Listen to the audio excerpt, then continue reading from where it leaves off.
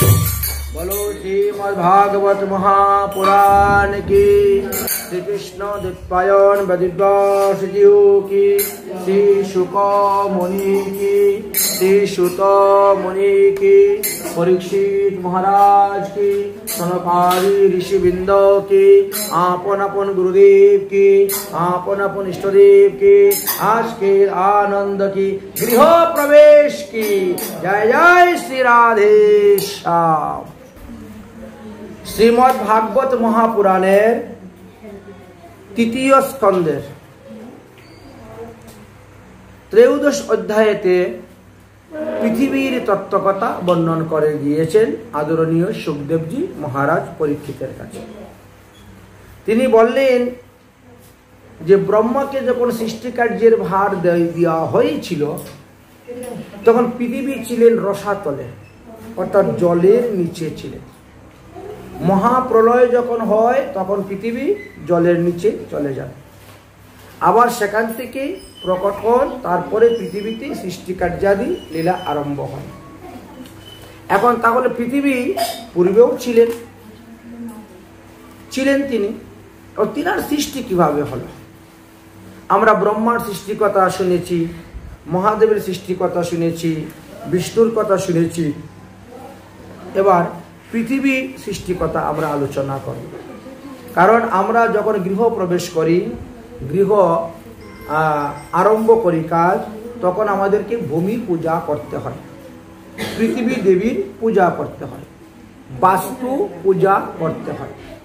এখন প্রশ্ন হলো, এই যে বাস্তু পূজার বিধি বিধানের কথা বর্ণন করতে গিয়ে পৃথিবী দেবীর পূজার কথা বলেছেন, এই বরটা কে পৃথিবী দেবীকে দিয়েছিলেন? ভগবান বিষ্ণু বরাহদেব পৃথিবীকে এই সমস্ত বর দান করেছিলেন। কেন করেছিলেন তার পিছনের কারণগুলো আমরা বলব।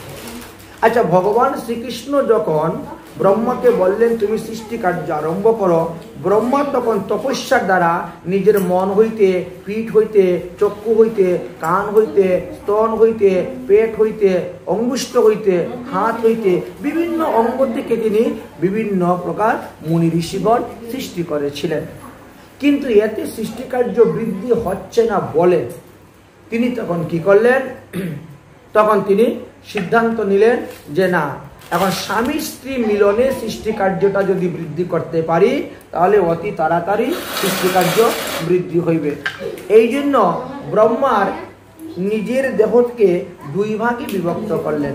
ব্রহ্মার ডাইন দিকটি হলো স্বয়ম্ভুব মনু এবং ব্রহ্মার বাম দিকটা হলেন শতরূপা। এই স্বয়ম্ভুব মনু এবং শতরূপার মধ্যে বিবাহ কার্য ব্যবস্থা করলেন। আর বিবাহ কার্য ব্যবস্থা করার পরে বললেন যে তোমরা এখন সৃষ্টিকার্য আরম্ভ করো। তখন স্বয়ম্ভুব মনু এবং শতরূপা বললেন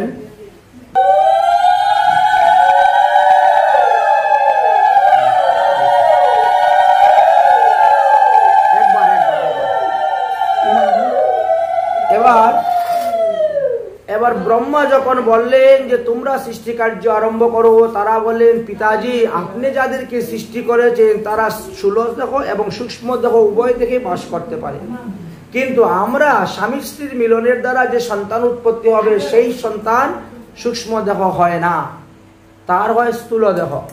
আর স্থূল দেহ মানুষের জন্য একটা ধরা চাই, ধরিত্রী চাই, ধরিণী চাই। তাকে ধারণ করে কে রাখবে? ধারণ করে রাখার জন্য একটা ধরা চাই, কিন্তু ধরা তো এখন নেই, মহাপ্রলয় হয়ে গেছে। আর মহাপ্রলয় হওয়ার কারণে এই পৃথিবী এখন রসাতলে অবস্থান করতেছেন, জলের নিচে। সেখান থেকে তাকে উদ্ধার করে কে আনবে, এটাই চিন্তার বিষয়। ব্রহ্মা যখন ওইভাবে চিন্তা করছেন, এমন সময় ব্রহ্মার নাক হইতে অঙ্গুষ্ঠ পরিমাণে এক বরাহ অবতার বেরোলেন। বরাহ অবতার বেরিয়ে দেখতে দেখতে তিনি বিরাট আকার ধারণ করলেন এবং তিনি এই কার্ণনব জলের মধ্যে পড়লেন। সেখান থেকে তিনি একেবারে ভিতরে প্রবেশ করলেন, করে একেবারে রসাতলে গিয়ে পৃথিবীর কাছে উপস্থিত হলেন। পৃথিবীর কাছে উপস্থিত হয়ে বলছেন, হে পৃথিবী দেবী তুমি আমার সঙ্গে চলো, তোমাকে নিয়ে আমি জলের উপরে স্থাপন করব। তোমার এই পৃথিবীতে লোক জনগণ বসবাস করবে। ব্রহ্মা বহুবিধ প্রাণী সৃষ্টি করবেন। নদী নালা খাল বিল পুকুর বাড়ি ঘর সৃষ্টি হবে, পর্বত সমুদ্র সৃষ্টি হইবে। তোমাকে একটা অপ্রাকৃত এমন সুন্দর হবে যে আর কোনো গ্রহেতে এইরকম সুযোগ সুবিধা বা সুন্দরতা নেই। তাই তুমি আমার সঙ্গে চলো। পৃথিবী দেবী বললেন, আমি তো এখন ঋতুবতী আছি। ঋতুবতী অবস্থায় ভগবান বিষ্ণুকে স্পর্শ করবেন না, ভগবান বিষ্ণু পৃথিবীকে স্পর্শ করবেন না। তাই বললেন, আমি এখন ঋতুবতী আছি, অন্ততপক্ষে 3 দিন পরে আমি আপনার সঙ্গে যেতে পারব। বরাহ ভগবান সেই 3 দিন রসাতলে অবস্থান করলেন। কারণ শাস্ত্রে বলছে, প্রথমে অন্নি চণ্ডালিনী, দ্বিতীয় ব্রহ্মঘাতিনী, তৃতীয় চ শূদ্রাণী, চতুর্থে শুদ্ধ জায়তে। একজন নারী যখন রজস্বলা হন, ঋতুবতী হন, এই 3 দিন যাবৎ সে ভগবানের সেবা পূজা করতে পারে না। পৃথিবী দেবী স্বয়ং বললেন, আমরা যাকে অম্বাকুচি বলি, অম্ববাচী বলি না, অম্ববাচী, এটি হলো পৃথিবী দেবী ঋতুবতী সময়টা, এই 3 দিনটা। তো যার কারণে এইবার আমি তো যেতে পারবো না। আচ্ছা, ভগবান বরাহদেব 3 দিন সেখানে অপেক্ষা করলেন। অপেক্ষা করার পরে বললেন, এবার তুমি আমার সঙ্গে চলো। তিনি বললেন, আপনি আমাকে নিয়ে আপনি আমাকে নিয়ে জলের উপরে স্থাপন করে আপনি চলে যাবেন, তো আমাকে দেখাশোনা কে করবে? আমাকে দেখাশোনা করার জন্য আমাকে একটা পুত্র সন্তান দান করবে। আর পুত্র সন্তান দান করতে হলে কি করতে হবে? বলে, তাহলে আপনি আমাকে বিবাহ করুন। আপনি আমাকে বিয়ে করে আপনার সঙ্গে আমাকে নিয়ে যান, আমি হলাম আপনার পত্নী। এই পৃথিবী দেবী হলেন ভগবান বিষ্ণুর পত্নী, ভগবান বরাহদেবের পত্নী। বরাহদেব তখন রাজি হলেন এবং পৃথিবী দেবীকে বিবাহ করলেন। পৃথিবী দেবীকে বিবাহ করার পর, এইখানে দেন তো, নিচা হয়ে যাচ্ছে, একটু টুল নিয়ে আসুন। পৃথিবী দেবীকে বিবাহ করার পর এবার পৃথিবী দেবীতে ভগবান বিষ্ণু গর্ভদান দিলেন। আচ্ছা, এবার তুমি চলো। তিনি বললেন, আমি যাওয়ার পরে লোক আমার উপরে কত অত্যাচার করবে। বাস্তবত সত্যি, আমরা ঘুমের থেকে উঠেই পৃথিবীর উপরে কত অত্যাচার করি বলেন তো। কিন্তু পৃথিবী দেবী ক্ষমা জ্ঞানের দৃষ্টিতে আমাদের সবকিছু ক্ষমা করে। বিছনা থেকে নেমেই একবার লাথি মারি পৃথিবীকে, তারপরে তো মলমূত্র ত্যাগ পৃথিবীর উপরে, তারপরে খনন করে টিউবওয়েল, কুয়া, পুকুর, বাড়ি ঘর, কত কিছু বানাচ্ছি। তো পৃথিবীর উপরে শুধু অত্যাচার অত্যাচারই আমরা করে।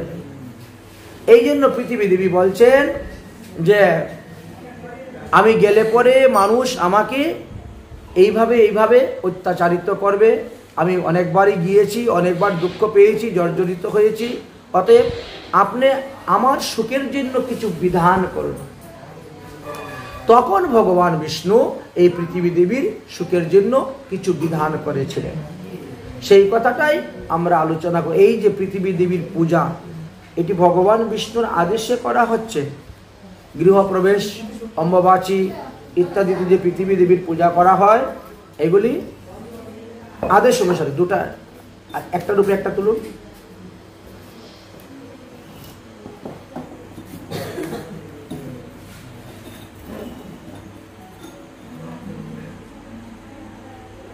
পৃথিবী দেবীকে পূজা করার বিধান দিলেন। আসুন সেই তত্ত্ব বিষয় নিয়েই আমরা এখন কিঞ্চিত আস্বাদন করব। তাহলে পৃথিবী দেবীর সৃষ্টির একটা বিরাট রহস্য। কিভাবে সৃষ্টি হয়েছিলেন? সর্বাদি সৃষ্টৌ সর্বেষাং জন্ম কৃষ্ণাদিতি শ্রুতি আবির্ভাব তিরুভাব সর্বেশ্ব প্রলয়েষু চ। বললেন যে এই পৃথিবীতে, এই বিশ্ব ব্রহ্মাণ্ডের মধ্যে যা কিছু সৃষ্টি হয়েছে সব ভগবান শ্রীকৃষ্ণ থেকেই সৃষ্টি হয়েছে। ভগবান শ্রীকৃষ্ণ যখন ইচ্ছা করলেন আমি এক হইতে বহু হইব, আমি বিশ্ব ব্রহ্মাণ্ড সৃষ্টি করব, আমি প্রাণীগণ সৃষ্টি করব, এই জন্য ভগবানের এই চিন্তা। তো কোনো কিছু সৃষ্টি করতে গেলে আমাদেরকে তিনটা শক্তির প্রয়োজন হয়। একটি হলো ইচ্ছা শক্তি, একটি হলো জ্ঞান শক্তি, আর একটা হলো ক্রিয়া শক্তি। এই তিন শক্তি একত্রিত না হলে কোনো কিছু সৃষ্টি করা যায় না। ইচ্ছা শক্তি হলো আমি পৃথিবী সৃষ্টি করব, বিশ্ব ব্রহ্মাণ্ড সৃষ্টি করব, দেবতাদেরকে সৃষ্টি করব, চন্দ্র সূর্য তারা নক্ষত্র আদি সৃষ্টি করব। এবার জ্ঞান শক্তি আসলো, কিভাবে সৃষ্টি কার্য করলে এটা সুষ্ঠু সুন্দর হবে এবং জীবের মঙ্গলজনক হবে, জীবের কল্যাণ হবে, আরামদায়ক হবে। এই চিন্তা করে ভগবান বিষ্ণু যখন করলেন তখন তিনার ক্রিয়া শক্তি উৎপন্ন হলেন শঙ্কর্ষণ বিষ্ণু। এই শঙ্কর্ষণ বিষ্ণু উৎপন্ন হওয়ার পর তিনি বৈকুণ্ঠ ধাম নির্মাণ করলেন এবং তিনি বৈকুণ্ঠে অবস্থান করলেন। তিনি বললেন যে আমি সর্বদা আপনার সর্বকার্য করার জন্য প্রস্তুত। এই শঙ্কর্ষণ বিষ্ণু এক অংশে শেষ নাগ অবতার হয়েছেন, যার কারণে তিনি ভগবানের শয্যা বালিশ আদি সবকিছু হয়েছিলেন। আমরা বিভিন্ন চিত্রপটের মধ্যে দেখতে পাই যে গর্বোৎসাহী বিষ্ণু তিনি অনন্ত সর্পের উপরে অনন্ত শয্যায় শয়ন করে আছে। এই অনন্ত নাগ কিন্তু ওই শঙ্কর্ষণ বিষ্ণুরই অংশ অবতার, তিনি ভগবানের সেবা করার জন্য আছে। এবার বললেন তাহলে আমি যে ব্রহ্মাণ্ড সৃষ্টি করব, ব্রহ্মাণ্ডের কাজটা কে করবে? বলে আরো কাউকে সৃষ্টি করবে। ভগবান তখন কি করলেন? কারণ্যশায়ী বিষ্ণুকে সৃষ্টি করলেন। এই কারণ্যশায়ী বিষ্ণু কি করলেন? যখন তাকাইলেন তখন কারণ্যার্ণব ওই পারে বিরজা নামে একটি নদী আছে নিত্যগোলক ধামে, ওই বিরজা নদীর ওই পারে একটা মায়া নারী সৃষ্টি করলেন ভগবান, যাকে আমরা মায়ার কবলে কবলিত হয়ে আছি। ওই মায়া নারীকে দেখতে দেখতেই এই কারণ্যশায়ী বিষ্ণুর রেতস্খলিত হয়ে গেল, সেটা জলের মধ্যে পতিত হলো এবং তিনি নিজেও জলে পতিত হলেন। এবং বহুদিন সেইখানে জলে অবস্থান করতে করতে তিনার শরীরের থেকে এই বিভিন্ন প্রকার 28 রকম তত্ত্ব সৃষ্টি হয়েছিল, যে 28 রকম তত্ত্বের দ্বারা এই পৃথিবী দেবী সৃষ্টি হয়েছিলেন, এই কথা শাস্ত্রে আলোচনা করা আছে। তাহলে ব্রহ্মকল্পের আদিতে সকলের জন্ম ভগবান শ্রীকৃষ্ণ থেকে হয়েছে, এইটা শ্রুতি স্মৃতি পুরাণ আদি সমস্ত গ্রন্থে আলোচনা করা আছে। প্রলয়তে আবার সবকিছু ভগবান শ্রীকৃষ্ণতে গিয়ে লীন হয়ে যায়, এই জন্য আবির্ভাব এবং তিরুভাব বলা হয়ে থাকে। বলছেন প্রলয়ে প্রকৃত ব্রহ্মাণ ব্রহ্মাশ্চ নিপতিতে মহাবিরাট আদি সৃষ্ট সৃষ্ট কৃষ্ণেন আত্মনা। এই যে কারণ্যশায়ী বিষ্ণু জলের মধ্যে ছিলেন, তিনাকেই মহাবিষ্ণু বলা হয়। আর সেই মহাবিষ্ণু আমাদের এই কলিযুগে অদ্বৈত রূপে জন্মগ্রহণ করেছে, পঞ্চতত্ত্বের মধ্যে যে অদ্বৈত শিরোমণি। এবার বলছেন যে এই প্রকৃতিকে প্রলয়কালে ব্রহ্মারও পতন হয়ে যায়। ব্রহ্মার পরমায়ু হলো 100 বৎসর, আমাদের পরমায়ু অনুসারে নয়। ব্রহ্মার হিসাবটা আলাদা, মহাদেবের গণনার হিসাব আলাদা, বিষ্ণুর গণনার হিসাব আলাদা, আর শ্রীকৃষ্ণের গণনার হিসাব আলাদা। তাই বলছেন প্রকৃত প্রলয়কালে ব্রহ্মার পতন হয়ে যায়, আর ভগবান বিষ্ণু প্রথমে সৃষ্টিকার্যে মহাবিষ্ণু থেকে আরম্ভ করলেন। মহাবিষ্ণু শরীরস্য জলস্তম স্থিরপুটক। সেই মহাবিষ্ণু কারণ্যব জলের মধ্যে তিনি অবস্থান করলেন। তারপরে কি হলো? মলৌ ভবুব্ব কালেন সর্বাঙ্গ ব্যাপন ধ্রুবম। আচ্ছা, জলের মধ্যে যদি বেশি দিন থাকে তো জলের একটা ময়লা আছে, ওটা কিন্তু আপনার গায়ের মধ্যে বসে যায়। কোনো বাসনপত্রে যদি জল রাখেন দেখবেন নিচে তলে দেখবেন এক ধরনের ময়লা বসে আছে জলে। এইভাবে জলের যে ময়লা সেইটি ভগবান বিষ্ণুর শরীরে জমতে জমতে ভগবান বিষ্ণুর এক একটা লোমকূপের মধ্যে এক একটা ব্রহ্মাণ্ড সৃষ্টি হয়ে গেল। তাহলে একজন মানুষের শরীরে কতগুলো লোম আছে, সেই পরিমাণে ব্রহ্মাণ্ড আছে। আমরা তো এক ব্রহ্মাণ্ডের এক পৃথিবীতে বাস করি, কিন্তু এইরকম অনন্ত অনন্ত ব্রহ্মাণ্ড আছে। এই জন্য বললেন যে জলের মধ্যে দীর্ঘকাল অবস্থান করায় মহাবিষ্ণু পুরুষের শরীরের মধ্যে স্থূল মল উৎপন্ন হইল এবং সেই মল কালক্রমে সর্বাঙ্গ বিবৃত হইল। আর তারপরে কি হলো? শৌচ প্রবিষ্ট সর্বেশাং ততে তল্লুনাগ্ন বিবেদিষু চ কালেন মহতাম তস্মাৎ ভুবৈব্য বসুন্ধরা মুনে। সেই গাত্রমল হইতে ক্রমে ক্রমে বিরাট পুরুষের সমস্ত লোমকূপকে বিভর করিয়া প্রবিষ্ট করল এবং দীর্ঘকাল তথায় থাকার পরে 28টি তত্ত্ব সৃষ্টি হল এবং তার থেকে পৃথিবী দেবী উৎপন্ন হইলেন। তাহলে পৃথিবী দেবী কার থেকে উৎপন্ন হলেন? বিরাট পুরুষ থেকে উৎপন্ন হয়েছেন। ভগবান শ্রীকৃষ্ণের ইচ্ছাতেই তিনি জলের উপরে এসে প্রকাশ পাইলেন। তিনি তো এক অংশে বরাহ অবতার নিলেন এবং প্রলয়কালীন জলরাশি থেকে তুললেন। মহাপ্রলয়ে আবার তিনি জলের নিচে চলে যান, আবার ভগবান তুলে সৃষ্টি কার্য আরম্ভ করেন। তাই তিনি স্বয়ং ইচ্ছাতে মূর্তিরূপ ধারণ করতে পারেন। পৃথিবী দেবী আমাদের মতন মূর্তি মানুষ মানে রূপ ধারণ করতে পারেন। তিনি হলেন ভূমির অধিষ্ঠাত্রী দেবতা, তিনাকে বসুন্ধরাও বলা হয়। তাই পৃথিবী দেবী বরাহ ভগবানকে দর্শন করিয়া তৎক্ষণাৎ মূর্তি রূপে প্রকট হইলেন। ভগবানকে দূর থেকে দণ্ডবত প্রণাম করলেন, কারণ তখন তিনি ঋতুবতী ছিলেন। তাই ঋতুবতী অবস্থায় বিগ্রহ সেবা করা যায় না, মন্দিরে প্রবেশ করা যায় না, ঠাকুর সেবা করা যায় না। পৃথিবী দেবী পর্যন্ত দূর থেকে প্রণাম করলেন।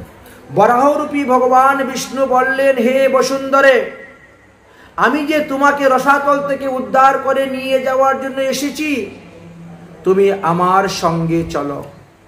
ব্রহ্মা তোমার উপরেই সৃষ্টি কার্য আরম্ভ করবেন। তুমি সকলের আধার ভূতা হইবে। ইহাতে মুনিগণ, ঋষিগণ, মানবগণ তোমাকে পূজা করবে। তুমি চলো আমার সঙ্গে, তোমাকে সকলে পূজা করবে। এখানে রসাতলে পড়ে আছে, কেউ তো তোমার পূজা করছে না। চলো। কখন পূজা করবে? বলে অম্বুবাচী ত্যাগ দিবসে তোমার পূজা করবে, গৃহ আরম্ভকালে তোমার পূজা করবে, গৃহ প্রবেশের দিবসে তোমার পূজা করবে, পুকুর, টিউবওয়েল, কুয়া ইত্যাদি নির্মাণের ক্ষেত্রে লোক তোমার পূজা করবে। এমনকি কৃষিকার্য আরম্ভ করার প্রথমেও তোমার পূজা করে কৃষিকার্য আরম্ভ করবে, বীজ বপন করবে। যে সমস্ত মূঢ় ব্যক্তিগণ তোমার পূজা থেকে বিরত থাকবে, তারাই নরকগামী হইবে, নরকে যাইবে। কারণ তোমার উপরে যে পাপ করবে, অত্যাচার করবে, তার পাপের ফল তো তাকে ভোগ করতে হইবে। তোমার পূজার দ্বারা তুমি তার পাপকে নাশ করবে। যে ব্যক্তি ভূমিতে জ্বলন্ত প্রদীপ ফেলবে, তার পাপ হইবে, সে 7 জন্ম অন্ধ হইবে। এই জন্য আমরা ভগবানের আরতি করার পরে যে প্রদীপটা, ওটা আপনি আপনিই নিভে যাওয়ার পর সেই সলতাটা আপনি ফেলবেন। কিন্তু জ্বলন্ত প্রদীপকে হাত দিয়ে ভূমির মধ্যে ফেলতে নাই, এটা নিষিদ্ধ আছে। যদি কেউ করে তাহলে তাকে 7 জন্ম অন্ধ হইতে হবে। এই জন্য জ্বলন্ত প্রদীপ আপনি আপনি জ্বলবে, আপনি আপনি নিভে যাবে। যেমন মনে করেন আমরা অখণ্ড প্রদীপ জ্বালিয়েছি, এই প্রদীপের মধ্যে যতক্ষণ তেল আছে আপনি আপনি জ্বলুন, জ্বলতে জ্বলতে আপনি আপনি নিভে যাবে, তারপর শেষ। আমরা ইচ্ছা করে নিভাবো না বা জল ছিটা দিয়ে নিভাবো না, এটা কিন্তু ভুল সিদ্ধান্ত। অনেকে কি করে, আরতি করে একটু জল নিয়ে চপ করে মেরে দেয়, জল ছিটা দিয়ে নিভিয়ে দেয়, বলে প্রদীপের বুক জ্বলে যাচ্ছে।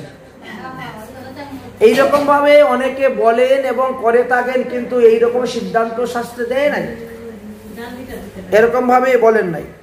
তাই এখানে আমাদেরকে পরিষ্কার বললেন যে ব্যক্তি ভূমিতে শঙ্খ রাখবে, এই জন্য জল শঙ্খ সোজাসুজি বা বাজানো শঙ্খ এরকম মাটির মধ্যে রাখতে নাই, ত্রিপদীর মধ্যে রাখতে হয় বা কোনো পাত্রের মধ্যে রাখতে হয়। যে ব্যক্তি ভূমিতে শঙ্খ স্থাপন করবে সে জন্মান্তরে কুষ্ঠরোগ হইবে তার শরীরে, এই জন্য ভূমিতে শঙ্খ রাখা নিষিদ্ধ। যে ব্যক্তি মুক্তা, মাণিক্য, হীরা, সুবর্ণ, মণি ইত্যাদি ভূমির মধ্যে রাখে 7 জন্ম তাকে দরিদ্র হইতে হয়।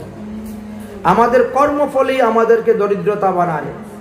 আমরা না জেনে যে পাপ করি, এই যে আরে জানো আর না জানো আগুনে হাত দিলে তো হাত পুড়বেই, এই হলো কথা। তাই বলছেন যে মানব শিবলিঙ্গ এবং পূজার নির্মাল্য শিলাদি ভূতলে স্থাপন করেন সেও মন্বন্তরকাল পর্যন্ত কিমিভক্ষণ নামক নরকেই বাস করেন। এই জন্য ভগবানের পূজার পর এইগুলা তুলে কি করি আমরা, একটা বাসনে নিই, জলপূর্ণ বাসন, জলের তারপরে নিয়ে এটা আমরা অন্য কোথায়ও ফেলা হয়, জলে বিসর্জন করে দেওয়া হয়। এটা অতি উত্তম। যাদের জল নেই তারা একটা গর্ত করে সেখানে একটা পলিথিন বা কিছু দিয়ে রাখে, তার উপরে ওর মধ্যে ফেলে ওখানেই ধীরে ধীরে পচে জৈব সার উৎপন্ন হয়। যে মূঢ় মালা জপমালা ভূমিতে রাখতে নাই, যে মূঢ় জপমালা, পুষ্পমালা, কর্পূর, রুচনা ভূমিতে স্থাপন করে সেই পাপাত্মাকে অবশ্যই নরকে গিয়ে নরক ভোগ করিতে হয়। যে ব্যক্তি চন্দন কাষ্ঠ, রুদ্রাক্ষ ভূমিতে স্থাপন করবে মন্বন্তর কাল পর্যন্ত তাকে নরকে বাস করতে হইবে। যে ব্যক্তি গীতা, ভাগবত গ্রন্থ বা পৈতা, যজ্ঞসূত্র ভূমিতে ফেলে তাকে বিপ্রজনী আর সে কখনো লাভ করতে পারে না এবং ইহকালে ব্রহ্মহত্যা পাপী হইয়া তাকে পরকালে অশেষ যন্ত্রণা তাকে ভোগ করিতে হয়। যজ্ঞ করিয়া যে ব্যক্তি ভূমিতে দুধ সেচন করে না, দেখেছেন আমাদের আজকে যজ্ঞের পর আমরা দুধ দিয়েছি, এটা নিয়ম। যজ্ঞ করিয়া যেই ব্যক্তি ভূমিতে দুধ সেচন করে না সে জন্মান্তরে সন্তপ্ত হয়। আচ্ছা, ভূমিকম্প বা গ্রহণ সময়ে যে সমস্ত মনুষ্যগণ ভূমি খনন করবে সে মহাপাপী। বুঝেছেন, গ্রহণের সময় মাটি পুঁততে নাই, গ্রহণ চলাকালীন সময়। জন্মান্তরে তাকে বিকলাঙ্গ হয়ে জন্মগ্রহণ করতে হয়, অঙ্গহীন হয়ে। যে সমস্ত মূঢ় বানব ভূস্বামী পিণ্ড প্রদান না করিয়া কেবল পিতৃশ্রাদ্ধ করে সে ব্যক্তি নিশ্চয়ই নরকগামী হয়। আমাদের কেউ মারা গেলে পরে 6টা আটার পিণ্ডি তৈরি করতে হয়।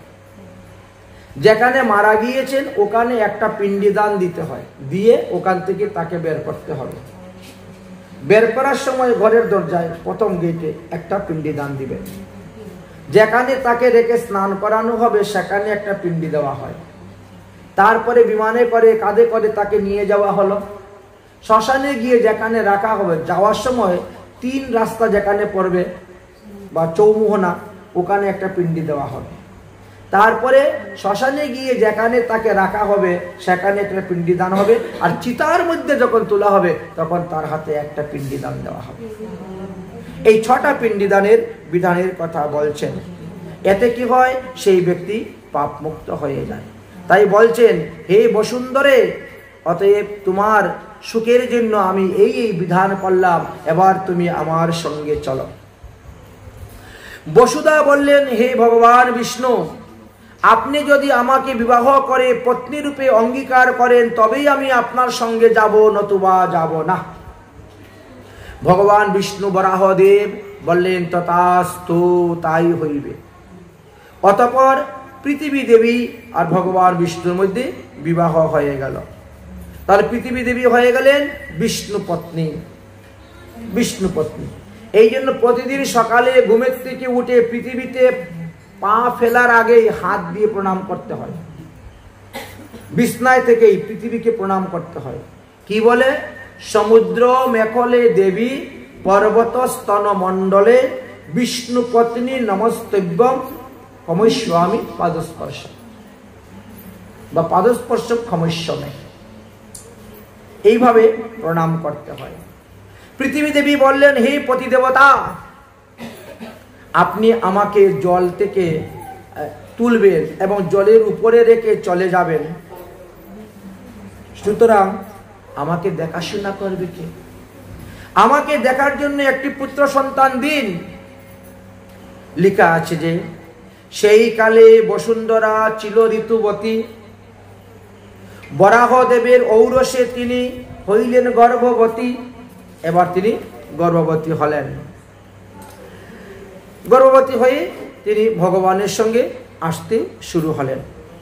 গরুর পুরাণের উত্তরখণ্ডের 2য় খণ্ডা 16 অধ্যায় আরো বলছেন, ভগবান শ্রীকৃষ্ণ বা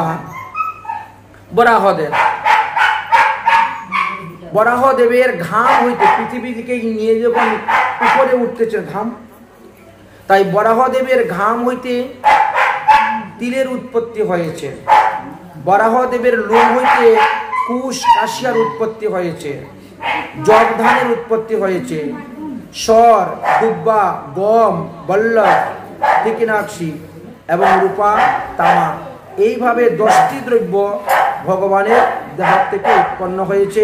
এই জন্য এগুলি অত্যন্ত পবিত্র এবং পূজা কার্যে এই সমস্ত দ্রব্য ব্যবহার করিতে হয়। এই পৃথিবী দেবীর অনেক নাম আছে, অনেকেই অনেক নামে এই পৃথিবী দেবীকে জানেন। আচ্ছা, প্রথমেই আমরা ভূমি বলি। ভূমি কেন? বলে যাহাতে জলসমূহের জনসমূহের ভবন, তাকে ভূমি বলা হয়। যিনি ধন রত্ন খনিজ পদার্থ দেন, এই জন্য তাকে বসুধা বা বসুন্ধরা বলা হয়ে থাকে। বিরাট পুরুষের উরু হইতে তার জন্ম হয়েছিল বলে পৃথিবী দেবীর এক নাম হলো উর্বী। তিনি জগতের সকল পদার্থ ধারণ করেন বলে তার নাম ধরা, ধরিণী বা ধরিত্রী। তিনি নানাবিধ যাগযজ্ঞের আধার বলে তাকে ইজ্জা বলা হয়। খণ্ড প্রলয়েতে তিনি ক্ষীণ হয়ে যায় বলে তাকে ক্ষৌণী বলা হয়। একদা তিনি কশ্যপ মুনির কন্যা রূপে জন্মগ্রহণ করেছিলেন বলে তাকে কাশ্যপী বলা হয়েছে। তিনি নিশ্চলভাবে অবস্থান করেন বলে তিনাকে অচলা বলা হয়। তিনি মহাপ্রলয়ে ক্ষয়প্রাপ্ত হন বলে তাকে ক্ষিতি বলা হয়। তিনি বিশ্ব ভরণ করেন বলে তিনাকে বিশ্বাম্বরা বলা হয়। তিনি অসংখ্য রূপ গুণ আছে বলে তাকে অনন্তা বলা হয়। তিনি একবার পিতু রাজার কন্যা রূপে গৃহীতা হয়েছিলেন বলে তিনাকে পৃথিবী বলা হয়। পৃথিবী নামের উৎপত্তির কারণ হলো, ঠিক তেমনি ভাবে মধু কৈটুবের মেদ দ্বারা পুষ্টি হয়েছিলেন বলে তিনাকে মেদিনী বলা হয়। আবার বললেন তিনি বিষ্ণু বিবাহ করেছেন বলে তিনাকে বিষ্ণু পত্নী বলা হয়ে থাকে। বিষ্ণু পত্নী বলা হয়ে থাকে। তাহলে সেই কালে বসুন্ধরা ছিল ঋতুবতী, বরাহদেবের ঔরসে গর্ভবতী হইলা যুবতী। বরাহ ভগবান যখন দন্তাগ্রে করে পৃথিবীকে নিয়ে উপরে উঠছেন, সেই সময়ে অন্য ব্রহ্মাণ্ডে হিরণ্যকৈশিক ও হিরণ্যকাক্ষ নামে 2 ভয়ঙ্কর অসুর ছিল। তারা তাদের সঙ্গে যুদ্ধ করার সমান যোদ্ধা খুঁজে পাচ্ছেন না, তাই যুদ্ধের স্বাদ হয়েছে তাদের মনে। বিভিন্ন স্থানে তারা ঘুরছেন যুদ্ধের জন্য, কিন্তু কেউ তাদের সঙ্গে যুদ্ধ করতে রাজি নয়। তারপরে তারা গেলেন বরুণ দেবের কাছে।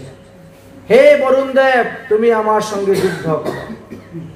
বরুণ দেব বলছেন, আমি তো এখন বৃদ্ধ হয়ে গেছি, বহুদিন আগে থেকে যুদ্ধবিদ্যা ছেড়ে দিয়েছি, যুদ্ধ তো করি না। তবে তোমরা যখন আসছো আমি যুদ্ধ করাইতে পারবো।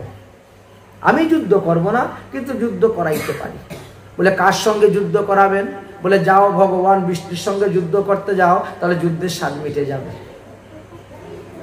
হিরণ্যকশিপু হিরণ্যকাক্ষ তারা তখন ভগবান বিষ্ণুর সঙ্গে যুদ্ধ করতে রওনা হলেন। বৈকুণ্ঠ ধামে গেলেন, গিয়ে দেখেন সেখানে ভগবান বিষ্ণু নেই। কোথায় গিয়েছেন বলে তা তো আমরা বলতে পারবো না। সেখান থেকে যখন ফিরে আসছেন নারদ মুনির সঙ্গে দেখা।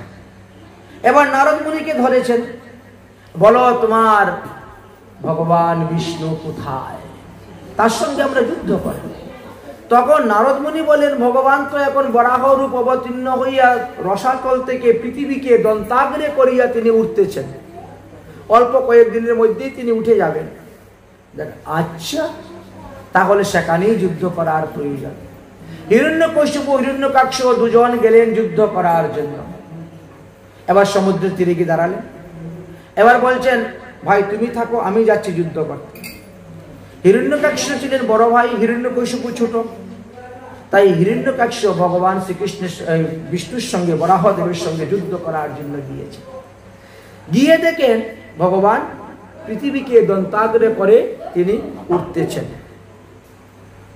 দর্শন করে তখন তিনি বলছেন, হে বন্য শকুর, কিছু একটা বলে গালি না দিলে তো রাগ হবে না, ক্রোধ হবে না। যুদ্ধ করতে গেলে তো আগে তার ক্রোধ তুলতে হবে, তার সঙ্গে তর্ক বিতর্ক, প্রথমে তর্ক যুদ্ধ হবে, তারপরে মল্লযুদ্ধ হবে, তারপরে অস্ত্রযুদ্ধ হবে। এই জন্য পৃথিবী ভগবানকে গালি দিচ্ছে, হে বন্য শকুর, তোমার এত বড় সাহস, তুমি আমাদের ভোগের বস্তু পৃথিবীকে চুরি করে নিয়ে চলে যাচ্ছ। আরে রসাতলে তো সমস্ত দৈত্য দানবরা থাকে, অসুররা থাকে, আর ব্রহ্মা পৃথিবী দেবীকে রসাতলে পাঠিয়েছিলেন আমাদের সুখের জন্য, আমাদের ভোগের জন্য। আমাদের বস্তু আমাদেরকে না বলে চুরি করে নিয়ে যাচ্ছ, চুরি করার ফল তোমাকে দেখাচ্ছি, গদা হাতে নিয়েছে মারার জন্য। ভগবান কিন্তু একটা কথাও বলছেন না, তিনি চুপ। যত পারে গালি দিচ্ছে, কিন্তু একটা কথা বলছেন না। তর্ক বিতর্ক না হলে যুদ্ধ হবে কেমন করে? কিন্তু পৃথিবী দেবী ভয়ে কাঁপতেছেন এই অসুরের বিক্রম দেখে, প্রভাব দেখে। বারবার অসুরের কথা চিন্তা করতেছেন, অসুরের কথা মনে করতেছেন। যাই হোক, ভগবান পৃথিবীর উপরে উঠলেন, জলের উপরে উঠলেন। জলের উপরে উঠার পরে তিনি পায়ের খুর দ্বারা জলকে স্তম্ভন করলেন, আর জলের উপরিভাগে পৃথিবীকে স্থাপন করলেন। পৃথিবীকে স্থাপন করে বরাহ ভগবান ওই হিরণ্যকাক্ষীর সঙ্গে যুদ্ধ আরম্ভ করলেন। যুদ্ধ করতে করতে করতে করতে তাকে তিনি বিনাশ করলেন। বিনাশ করে ভগবান তিনি তিনার স্বধামে চলে গেলেন। তিনি যখন স্বধামে চলে গেলেন, ব্রহ্মা তখন সর্বপ্রথম পৃথিবী দেবীকে পূজা করলেন। সর্বপ্রথম ব্রহ্মা পৃথিবী দেবীকে পূজা করেছিলেন। ওম রিং শ্রীং ক্লিং বসুন্ধরায় স্বাহা, এই মন্ত্রের দ্বারা তিনি সর্বপ্রথম আরম্ভ করলেন পৃথিবী দেবীর পূজা করার জন্য। পৃথিবীকে পূজা করে পৃথিবীর নিকট থেকে তিনি ভূমি যাচনা চাইলেন, হে দেবী, তুমি আমাকে ভূমি প্রদান করো, আমি তোমার মধ্যে সৃষ্টিকার্যাদি করব। দিয়ে দিলেন, সৃষ্টিকার্য আরম্ভ হয়ে গেল। এইবার পৃথিবী দেবীর একটি পুত্র সন্তান জন্মগ্রহণ করল। একটি পুত্র সন্তান জন্ম হইল।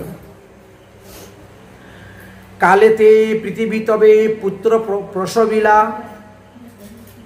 কিন্তু সেই পুত্রটা দেখতে না অসুরের মতো। আচ্ছা, ভগবান বিষ্ণুর ঔরসে পৃথিবী দেবীর গর্ভে যে সন্তান জন্মগ্রহণ করে, সেটা বিষ্ণুর মতন হওয়া দরকার, কিন্তু তা হলো না। হয়ে গেল সে অসুর প্রকৃতি, আকৃতি প্রকৃতি, চেহারা, কথাবার্তা, স্বভাব সব অসুরের মতো। পৃথিবী দেবী তখন বড় চিন্তার মধ্যে পড়ে গেলেন। তাই তিনি ভগবানকে স্মরণ করলেন। ভগবান বিষ্ণু আসলেন, কি হলো দেবী, কেন তুমি আমাকে স্মরণ নিলে? বলে, তোমার ঔরসে সন্তান হলো, সে অসুর হলো কেন? বলে, এটা তোমার দোষে। আরে আমার দোষ? আমার কোথায় দোষ? আরে সন্তান যখন গর্ভে ছিল তখন তুমি অসুরের চিন্তা করেছো, তো সন্তান অসুর হবেই। এই জন্য শাস্ত্রে বলছে, মাতৃদোষে সন্তানদের চরিত্রহীন হয়। সন্তান গর্ভে থাকা সত্ত্বে যদি মা যদি গীতা ভাগবত পড়ে, একটু তিলক সন্ধ্যা করে, সাধুগুরু বৈষ্ণবের সেবা করে, একটু বৈষ্ণব সেবা উৎসব অনুষ্ঠান দেয়, তাহলে গর্ভের সন্তানও সেই রকমই হয় বৈষ্ণব। আর যদি গর্ভের সন্তান থাকা সত্ত্বে মা যেরকম আচরণ করবেন, সন্তানের মধ্যে সেই স্বভাবটা বর্ধিত হয়। এত ভিন্ন, এর তো পূর্বজন্মের কুসংস্কার গুলা তো সঙ্গে আসছে, উভয়টা হয়ে যায়। অতএব এতে আমার কোনো দোষ নেই, দোষ হলো তোমার। তুমি তো আমার চিন্তা করো নাই। যদি আমার চিন্তা করতে, তাহলে তোমার সন্তান আমার মতনই হতো। তুমি অসুরের চিন্তা করেছিলে বলে তোমার ছেলে অসুর, তাই তোমার ছেলের নাম রাখলাম ভূমাসুর, ভূমির পুত্র, এই জন্য ভূমাসুর নাম রাখলেন। এবং সে জঘন্য কাজ করে, পাপাচরণ কাজ করে বলে তার নাম নরকাসুর। ভালো কাজ তো করে না, এই জন্য নরকাসুর নাম। এই দুই নামে তাকে ভাগবতে বর্ণন করে গিয়েছে। আচ্ছা, যাই হোক, এখন তুমি তো কর্তম অকর্তম সব করতে পারো, তুমি আমার ছেলেটাকে সাধু বানাইল। ভগবান তখন তাকে শিক্ষা দীক্ষা দিয়ে তাকে সাধু বানাইলেন। আচ্ছা, সাধু কতক্ষণ থাকবে? যতক্ষণ সাধু সঙ্গ করবে ততক্ষণই সাধু। অসাধু সঙ্গ করলেই আবার অসাধু হয়ে যায়। অনেক দিন পর্যন্ত তিনি সাধু ছিলেন। প্রথম মন্বন্তর থেকে আরম্ভ করে একেবারে সপ্তম মন্বন্তরের 28তম দাপর যুগ পর্যন্তই সাধু ছিল। কিন্তু যখন বানাসুরের সঙ্গ করল, দন্তবক্র অসুরের সঙ্গ করল, শিশুপাল, দন্তবক্র, শালব, এইরকম দুষ্ট লোকের সঙ্গ করতে করতে সেও দুষ্ট প্রকৃতির হয়ে উঠে গেল। আচ্ছা, যাই হোক, এবার ছেলেকে যখন, পূর্বের কথা বলছি, ভগবান সাধু করলেন। সাধু করে ভগবান বলে, ঠিক আছে, এখন থেকে তোমার ছেলে সাধু হয়ে গেল, আর কোনো চিন্তা নাই, যে ধর্মপথে চলবে, সাধু গুরু দেবদ্বিজকে মানবে এবং তাদের কথা চলবে। বলে, তাহলে আমার ছেলে পৃথিবীর রাজা? বলে, তোমার ছেলে হবে পৃথিবীর রাজা, পৃথিবী দেবীর পুত্র, পৃথিবীর রাজা, তোমার আর কোনো দুঃখ নেই। বলে, তাহলে রাজা হলে তো অন্যান্য দেশের রাজারা আবার বিরোধিতা করে, যুদ্ধ হয়। যদি কোনো দেশের রাজারা এসে আমার ছেলেকে মেরে ফেলে দেয়, তাহলে আমি কি নিয়ে বাঁচব? তা আমার ছেলেকে যাতে মারতে না পারে এইরকম একটা ব্যবস্থা করে দিন। ভগবান বিষ্ণু তখন একটা অস্ত্র দিলেন। ভগবান বিষ্ণু তখন একটা অস্ত্র দিলেন, বলে এই অস্ত্রটা যার উপরে মারবে তারই মৃত্যু হবে। অতএব এই ভয়ে কেউ তার সঙ্গে যুদ্ধ করতে আসবে না। এমন অমোঘ অস্ত্র, যার উপরে মারবে তার মৃত্যু হইবে। বলে, হ্যাঁ। বলে, যদি তোমার উপরে মারবে আমি মরে যাব। ভগবান বিষ্ণু বলছেন, যদি আমার উপরে সে মারে তাহলে আমিও মরে যাব। অতএব এই হলো সেই অস্ত্র, অমোঘ অস্ত্র। বলে, তাহলে তো আমার ছেলে অমর হয়ে গেল। বলে, না, তথাপিও তোমার ছেলে অমর হয় নাই। বলে, কেন? বলে, যখন সে দেব গুরু দ্বিজ হিংসা করবে, সাধুগুরু বৈষ্ণবের নিন্দা করবে, হিংসা করবে, সাধুগুরু বৈষ্ণবের ধন রত্ন চুরি করবে, লুণ্ঠন করবে, সাধুদের উপরে দুঃখ দিবে, সাধুর উপর অত্যাচার করবে, তখন আমি এসে তাকে নিজের হাতে বধ করব। পৃথিবী দেবী বলছেন, তুমি তোমার পুত্রকে মারবে? বলে, হ্যাঁ। পুত্র আমার অতটা প্রিয় নয়, তুমি আমার অতটা প্রিয় নয়, ভক্ত আমার যতটা প্রিয়। অতএব ভক্তকে রক্ষার জন্য আমি কর্তম অকর্তম সব করতে পারি। নিজের পুত্র হইলেও আমি তাকে বধ করব যখন সে সাধুগুরু বৈষ্ণবকে দুঃখ দিবে, কষ্ট দিবে। পৃথিবী দেবী বলছেন, তাহলে আমি জানবো কেমন করে তুমি কখন এসে আমার ছেলেকে মারবে? বলে, চিন্তা করো না দেবী, যখন আমি তোমার ছেলেকে মারবো তখন তোমার কাছ থেকে অনুমতি নিয়ে মারবো। তুমি তখন বাধ্য হবে আমাকে অনুমতি দিতে। তোমার কাছ থেকে অনুমতি নিয়ে তারপরে তোমার ছেলেকে, তুমি যখন বলবে মারো, তখনই আমি তাকে সংহার করব। এই কথা বলে ভগবান বিষ্ণু চলে গেলেন। আচ্ছা, তাহলে কখন ভগবান শ্রীকৃষ্ণ নরকাসুরকে মেরেছিলেন? এই সপ্তম মন্বন্তরের 28তম দাপর যুগে ভগবান শ্রীকৃষ্ণ যখন বৃন্দাবন লীলা সমাপ্ত করে দ্বারকায় গিয়ে রাজা হলেন, দ্বারকা লীলা করলেন, সেই সময়ে নরকাসুর অত্যন্ত পাপী হয়ে উঠেছিলেন এবং তিনি মনে মনে সংকল্প করলেন কি, আমি একসঙ্গে 16,100টা কন্যাকে বিবাহ করব। এই জন্য যেখানে যেখানে সুন্দরী সুন্দরী ভালো কন্যা পেতেন ধরে নিয়ে চলে আসতেন। স্কুলে যাচ্ছে, কলেজে যাচ্ছে, বাজারে যাচ্ছে, রাস্তা থেকে ধরে নিয়ে চলে আসে, এমনকি বিয়ের আসর থেকে পর্যন্ত তুলে নিয়ে চলে আসে, বাসর গৃহ থেকে তুলে নিয়ে চলে আসে আর এনে এনে ঘরের মধ্যে রাখে, একসঙ্গে বিবাহ করব এক দিবসে। ইনি দেবরাজ ইন্দ্রের নন্দন কানন পর্যন্ত দখল করে নিয়েছিলেন, খবরদার এখানে ঢুকতে পারবে না, দেবতাদেরকে ঢুকতে দিতেন না।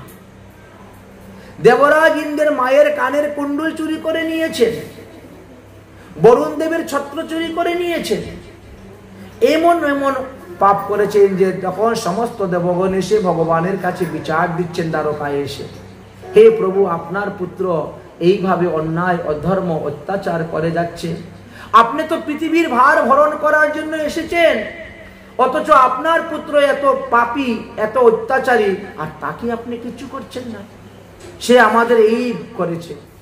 তখন ভগবান বললেন, সত্যভামা, তাহলে তুমি চলো আমার সঙ্গে, আজকে তোমাকে নিয়ে এক জায়গায় ঘুরতে যাব। এই পৃথিবী দেবীর অবতার হলেন সত্যভামা। সত্যভামা পৃথিবী দেবীর অবতার। সত্রাজিৎ রাজার কন্যারূপে তিনি জন্মগ্রহণ করেছিলেন। ভগবান শ্রীকৃষ্ণের সঙ্গে দ্বারকায় তিনার বিবাহ হয়েছিল। সেই সত্যভামাকে সঙ্গে করে নিয়ে রওনা হলেন আর নরকাসুরের রাজধানীতে গিয়ে আক্রমণ করলেন। যুদ্ধ শুরু হলো। যুদ্ধ করতে করতে করতে করতে এই নরকাসুর সেই অস্ত্র তুল্য ভগবান শ্রীকৃষ্ণকে মারার জন্য। ভগবান শ্রীকৃষ্ণ বলে, সত্যভামা, এবার তো আমার মৃত্যু, এই বাণ যখন আমার উপরে মারবে তখন আমি মরে যাব, আর তোমাকে সারা জীবন বিধবা হয়েই থাকতে হবে। কেন? মারো মারো, এক্ষুনি তুমি মারো। বলে, এই যে তোমার পুত্র, তুমিই তো পৃথিবী দেবী, তুমি আজ সত্যভামা হয়ে জন্মগ্রহণ করেছো, তোমারই পুত্র। বলে, আমার পুত্র হলে কি হলো, আমার স্বামী যদি বেঁচে থাকে আমি আরো 10টা পুত্র জন্ম দিতে পারবো, এরকম এক কুপুত্র আমার দরকার নেই, এক্ষুনি মারো। সত্যভামা নিজে আদেশ দিয়ে দিলেন, আর সেই আদেশে ভগবান শ্রীকৃষ্ণ তখন সুদর্শন চক্র ছেড়ে দিলেন আর নরকাসুরকে বধ করে ফেললেন। তাহলে ভগবান শ্রীকৃষ্ণ দেবতাদেরকে সম্মান রক্ষার জন্য, ভক্ত বৈষ্ণবকে রক্ষা করার জন্য নিজের পুত্রকে বধ করতেও দ্বিধাবোধ করেন না। অন্যের কথা আর কি বলা হবে। এই নরকাসুরের রাজ্য থেকে তখন ওই 16,100 রমণীকে বার করলেন কারাগার থেকে। যাও, তোমরা প্রত্যেকে নিজ নিজ বাড়িতে চলে যাও। বলে, আমরা নিজ নিজ বাড়িতে গেলেও কোনো পুরুষ আমাদেরকে বিবাহ করবে না, সবাই আমাদের চরিত্র কলঙ্ক দিবে। বলবে, নরকাসুরের মতন একটা দুষ্ট প্রকৃতি রাজার গৃহে এতদিন ছিল, সে কি আর সতী আছে? অতএব হে গোবিন্দ, তুমি তো সব জানো, তুমি অন্তর্যামী, তুমি ভগবান, অতএব তুমি আমাদেরকে বিবাহ করে আমাদের দরকার। এই জন্য ভগবান শ্রীকৃষ্ণ ওই 16,100 জনকে বিবাহ করেছিলেন। আর আগে 8টা বিবাহ করেছিলেন, এই জন্য 16,108টা বিবাহ হয়েছে। এই সত্যভামাই দেবর্ষি নারদের পাল্লায় পড়লেন একবার। দেবর্ষি নারদ বললেন, সত্যভামা, এখন তো কৃষ্ণের 16,108 জন স্ত্রী, তো এতগুলা স্ত্রীর মধ্যে তুমি একজন, তো ভাগে আর কতটুকু পাও কৃষ্ণ? আচ্ছা, তুমি যদি একটা ব্রত করতে পারো তা আগামী জন্মে একমাত্র কৃষ্ণই হবেন তোমার স্বামী, আর কেউ পাবে না। ব্রতটা যদি করতে চাও তাহলে আমি বিধানটা বলে দিব। এই ব্রতের নাম হলো উমা ব্রত। একটা পারিজাত বৃক্ষ ছিল, দ্বারকায় ভগবান শ্রীকৃষ্ণ লাগিয়েছিলেন। ওই পারিজাত বৃক্ষের নিচে বসে এই ব্রতটা করতে হবে 1 মাস। ব্রত যেদিন শেষ হবে সেই দিন কৃষ্ণকে গাছের মধ্যে বেঁধে দান করতে হবে। কারণ এই জন্মে আমরা যা কিছু দান করব পরজন্মে তাই পাব। এই জন্য যদি প্রসাদ দান করেন পরজন্মে প্রসাদ পাবেন। এই জন্যে যত টাকা পয়সা দান করতেছেন তার চতুর্গুণ হয়ে পরজন্মে আপনি পাবেন, ভোগ করবেন। দানেন ন ক্ষয়ম, দান করলে ক্ষয় হয় না। ভগবত সেবার জন্য, সাধুগুরু বৈষ্ণব সেবার জন্য যে আমরা অর্থ টাকা পয়সা আদি ব্যয় করি, এই ব্যয়টা কিন্তু উত্তম। এটা কিন্তু থেকে গেল মনে করেন, এটা পরজন্মে আপনি পাবেন। এই জন্য বললেন তাই। আচ্ছা, সত্যভামা তো রাজি হয়ে গেলেন, ব্রতও করলেন এবং 1 মাস পূর্ণ হওয়ার পরে শ্রীকৃষ্ণকে গাছের মধ্যে বেঁধে নারদ মুনিকে দান করেছিলেন। সেই পুণ্যের প্রভাবে ওই সত্যভামা তিনি এইবার এসে বিষ্ণুপ্রিয়া রূপে জন্মগ্রহণ করলেন। বিষ্ণুপ্রিয়া। আচ্ছা, মহাপ্রভু ভগবান শ্রীকৃষ্ণচন্দ্র কলিযুগে এসে মহাপ্রভু রূপে জন্মগ্রহণ করলেন এবং বিষ্ণুপ্রিয়াকে বিবাহ করলেন। কোন স্থানে আপনারা দেখতে পাবেন এখনো গৌর বিষ্ণুপ্রিয়া মন্দির আছে, গৌর বিষ্ণুপ্রিয়া পরিবার আছে, সম্প্রদায় আছে, তারাও মহাপ্রভুর সেবা পূজা করে থাকে। তবে অধিকাংশ গৌরীয়রাই গৌর বিষ্ণুপ্রিয়ার পূজা করেন না। কেন করেন না? কারণ বিষ্ণুপ্রিয়া তো রাধারানী নন। বিষ্ণুপ্রিয়া হলেন পৃথিবী দেবী, ভূমি দেবী, তিনি হলেন সত্যভামা। এই জন্য অধিকাংশ ওই মঠ মন্দিরে গেলে পরে আপনি গৌর বিষ্ণুপ্রিয়ার মূর্তি একাসনে পাবেন না। তারা শুধু পঞ্চতত্ত্বের উপাসনাই করে যান। নিতাই যেটা বিষ্ণুপ্রিয় পরিবার তারাই গৌর বিষ্ণুপ্রিয়ার পূজা করিয়া থাকেন এবং বিভিন্ন স্থানে গৌর বিষ্ণুপ্রিয়ার মূর্তি আছে, মন্দির আছে, পূজা সভা পূজা হচ্ছে।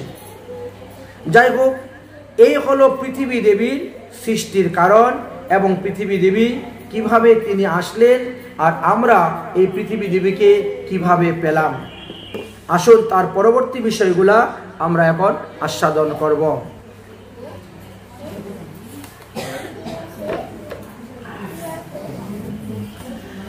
এইবার বললেন, এই যে আমরা গৃহ কার্য করি বা গৃহ আরম্ভ করি, আমাদের কিছু গৃহের শুভাশুভ অশুভ নির্ণয়ে বিধানের কথা শাস্ত্রে বর্ণন করে গিয়েছেন। অনেকে দেখবেন ভাড়া ঘরে থেকে বেশ ভালোই আছে, ভাড়াটি থেকেও লক্ষ লক্ষ টাকা কামাই করতেছে, রোগ সুখ ব্যাধিও হচ্ছে না, অভাব অনটনও হচ্ছে না। আর যেই জায়গা জমি কিনে বাড়িঘর বানাইলো, তখন দেখা যায় তার অসুখ বিসুখ আর ছাড়ছেই না, টাকা পয়সাও অনেক ঋণ দিন হয়ে গেছে, সংসারে কোনো সুখ পাচ্ছে না। তার মানে কি? যেখানে জায়গা কিনে ঘর বানিয়েছে ওইখানে কোনো বাস্তু দোষ আছে। যেখানে ভাড়া ছিল ওখানে বাস্তু দোষ ছিল না বলে আপনার পরিবারের লোকের কোনো অসুখ বিসুখ হয় নাই, আপদ বিপদ হয় নাই, কারণ তারা বাস্তু দোষ বিচার করেই ঘর বানিয়েছিল। এই জন্য সেখানে আয় উন্নতি হচ্ছে। কিন্তু আপনি যখন ঘর বানাচ্ছেন তখন হয়তো সেই বাস্তু দোষ বিচার করে আপনি ঘর বানান নাই। এখন ঘর তো বানিয়ে ফেলেছেন, পাক্কা ঘর ভেঙ্গে আবার বানানো তো সম্ভব নয়। এই জন্য বাস্তু দোষ নিবারণের জন্য কিছু বিধানের কথা, বিধির কথা শাস্ত্রে বর্ণন করে গিয়েছেন। তাই বাড়ির সামনে দেবালয়, ঈশান কোণেতে আমাদের দেবালয় অতি উত্তম। আপনারা যখন বাড়িঘর বানাবেন তখন ঈশান কোণে ঠাকুরঘরটা বানাবেন এবং অগ্নিকোণে পাকশালা, রান্নার ঘরটা বানাবেন। এটি শাস্ত্রে লেখা আছে। ঈশান কোণে কখনো ল্যাট্রিন বাথরুম বানাইতে নাই, এটি বিরাট দোষ হয়। এই জন্য বাড়িঘর বানাবার সময় আমাদেরকে চিন্তাধারা করে বানাতে হয়। পূর্ব দিকে প্রবেশ নিগম পথ রাখা অতি উত্তম। আচ্ছা, যাগমণ্ডপ রাখা যায়।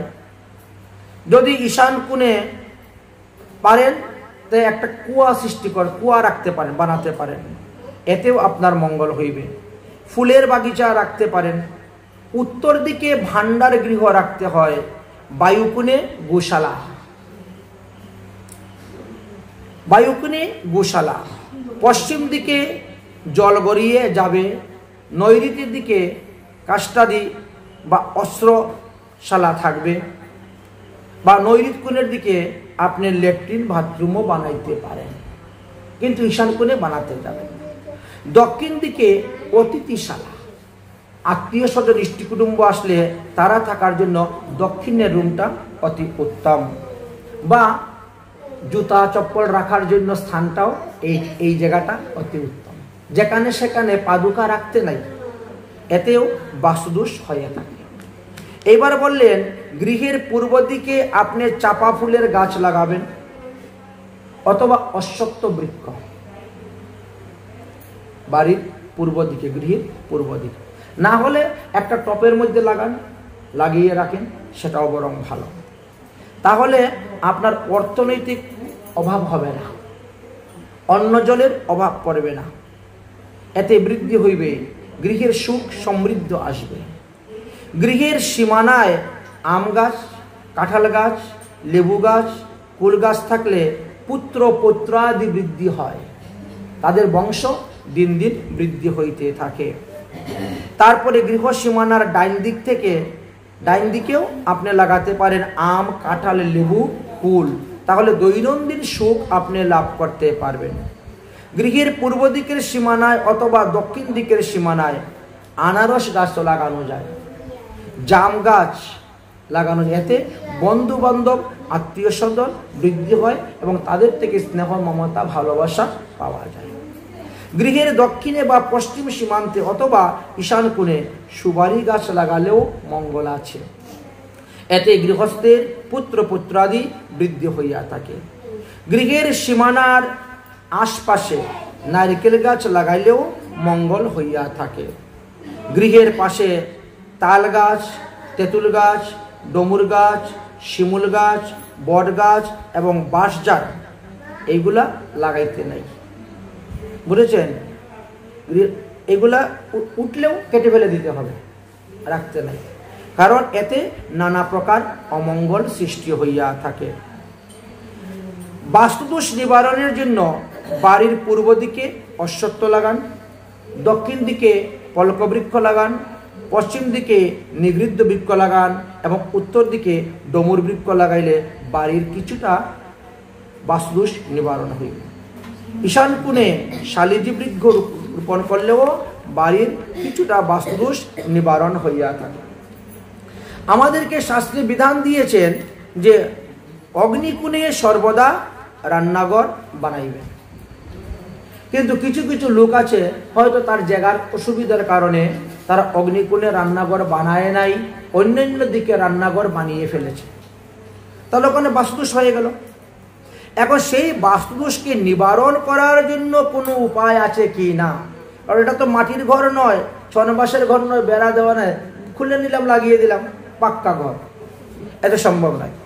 তাই রান্নাঘর হবে অগ্নিকোণে, এটা আর পূর্ব দিকে মুখ করে রান্না করবেন, তাহলে বাস্তুদোষ নিবারণ হয়ে গেল।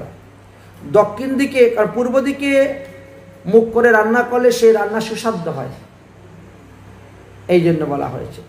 দক্ষিণ দিকে রান্নাঘর যদি কেউ করে অথবা উত্তর দিকে রান্নাঘর করে বা পশ্চিমমুখী হয়ে রান্না করে, তাহলে সেটা শুভ মানা হয় না। পশ্চিম দিকে মুখ করে রান্না করাটা শুভ মানা নয়। উত্তর পশ্চিমে রান্নাঘর করা যায়, তবে রান্না করার সময় মুখটা যেন আপনার পূর্ব দিকে থাকে।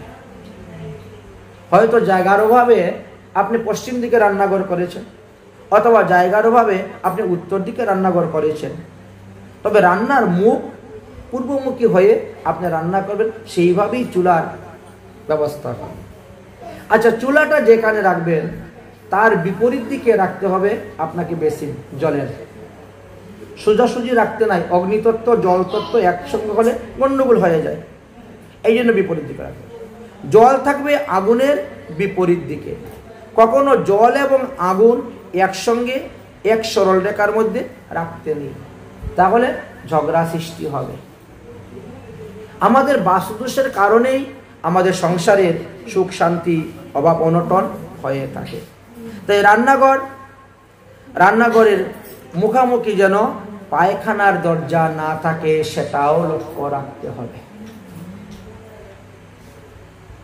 রান্নাঘরের মুখামুখি দরজা পায়খানা, কিন্তু এদের সম্পূর্ণ গন্ডগোল আছে, কারণ ঈশান কোণে এরা ল্যাট্রিন বাথরুম বানিয়ে রেখেছে, আর এদিকে ঈশান অগ্নি নৈরি বায়ুকোণে রান্নাঘর বানিয়েছেন। এই জন্য আগে একজন সুদক্ষ পণ্ডিতের সঙ্গে আলোচনা করে তারপরে করতে হয়। এখন হয়ে গেছে, এখন কি করা যায়? তার বিপরীত কিন্তু আছে কি এই বাস্তুদোষ নিবারণ করার জন্য?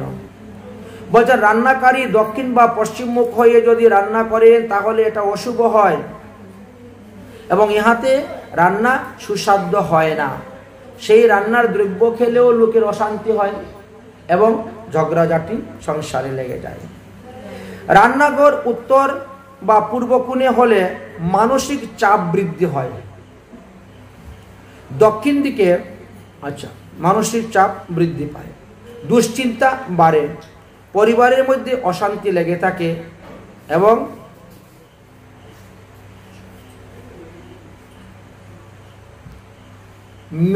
মিজাজ মানে মনের ভাবটা একটু খিটখিটে হয়ে যায়, মন মেজাজটা।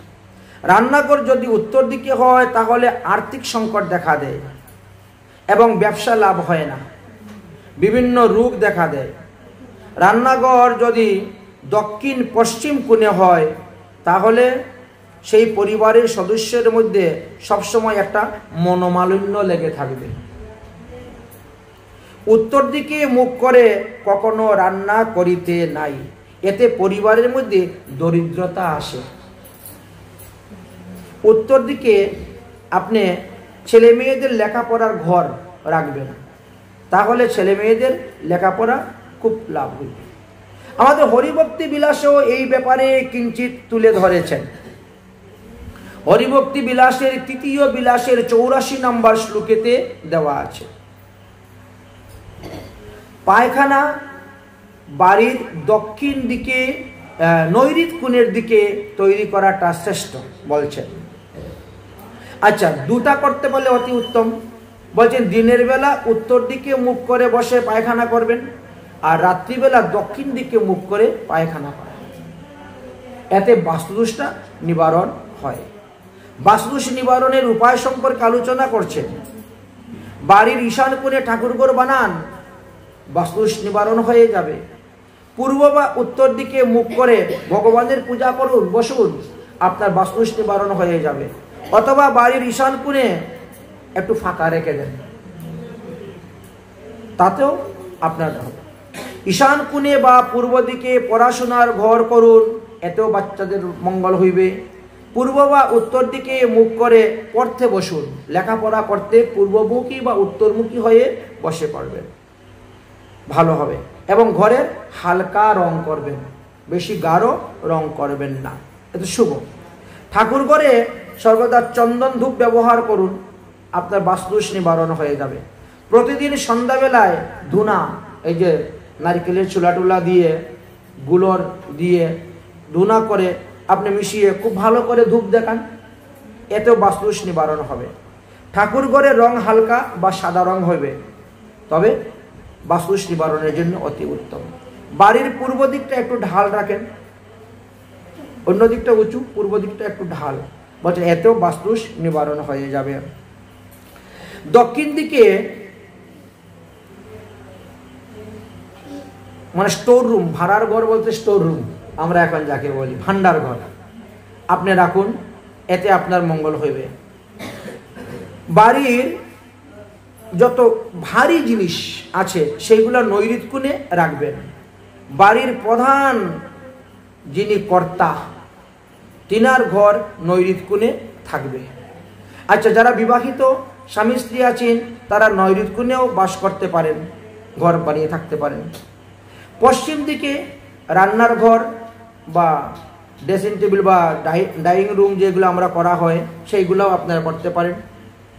বিবাহের যোগ্য যে সমস্ত ছেলে মেয়েরা আছে তাদের শোয়ার ঘরটা বায়ুকোণের মধ্যে রাখা শ্রেষ্ঠ। অতিথি থাকার জন্য বায়ুকোণে ঘর তৈরি করে রাখতে পারেন।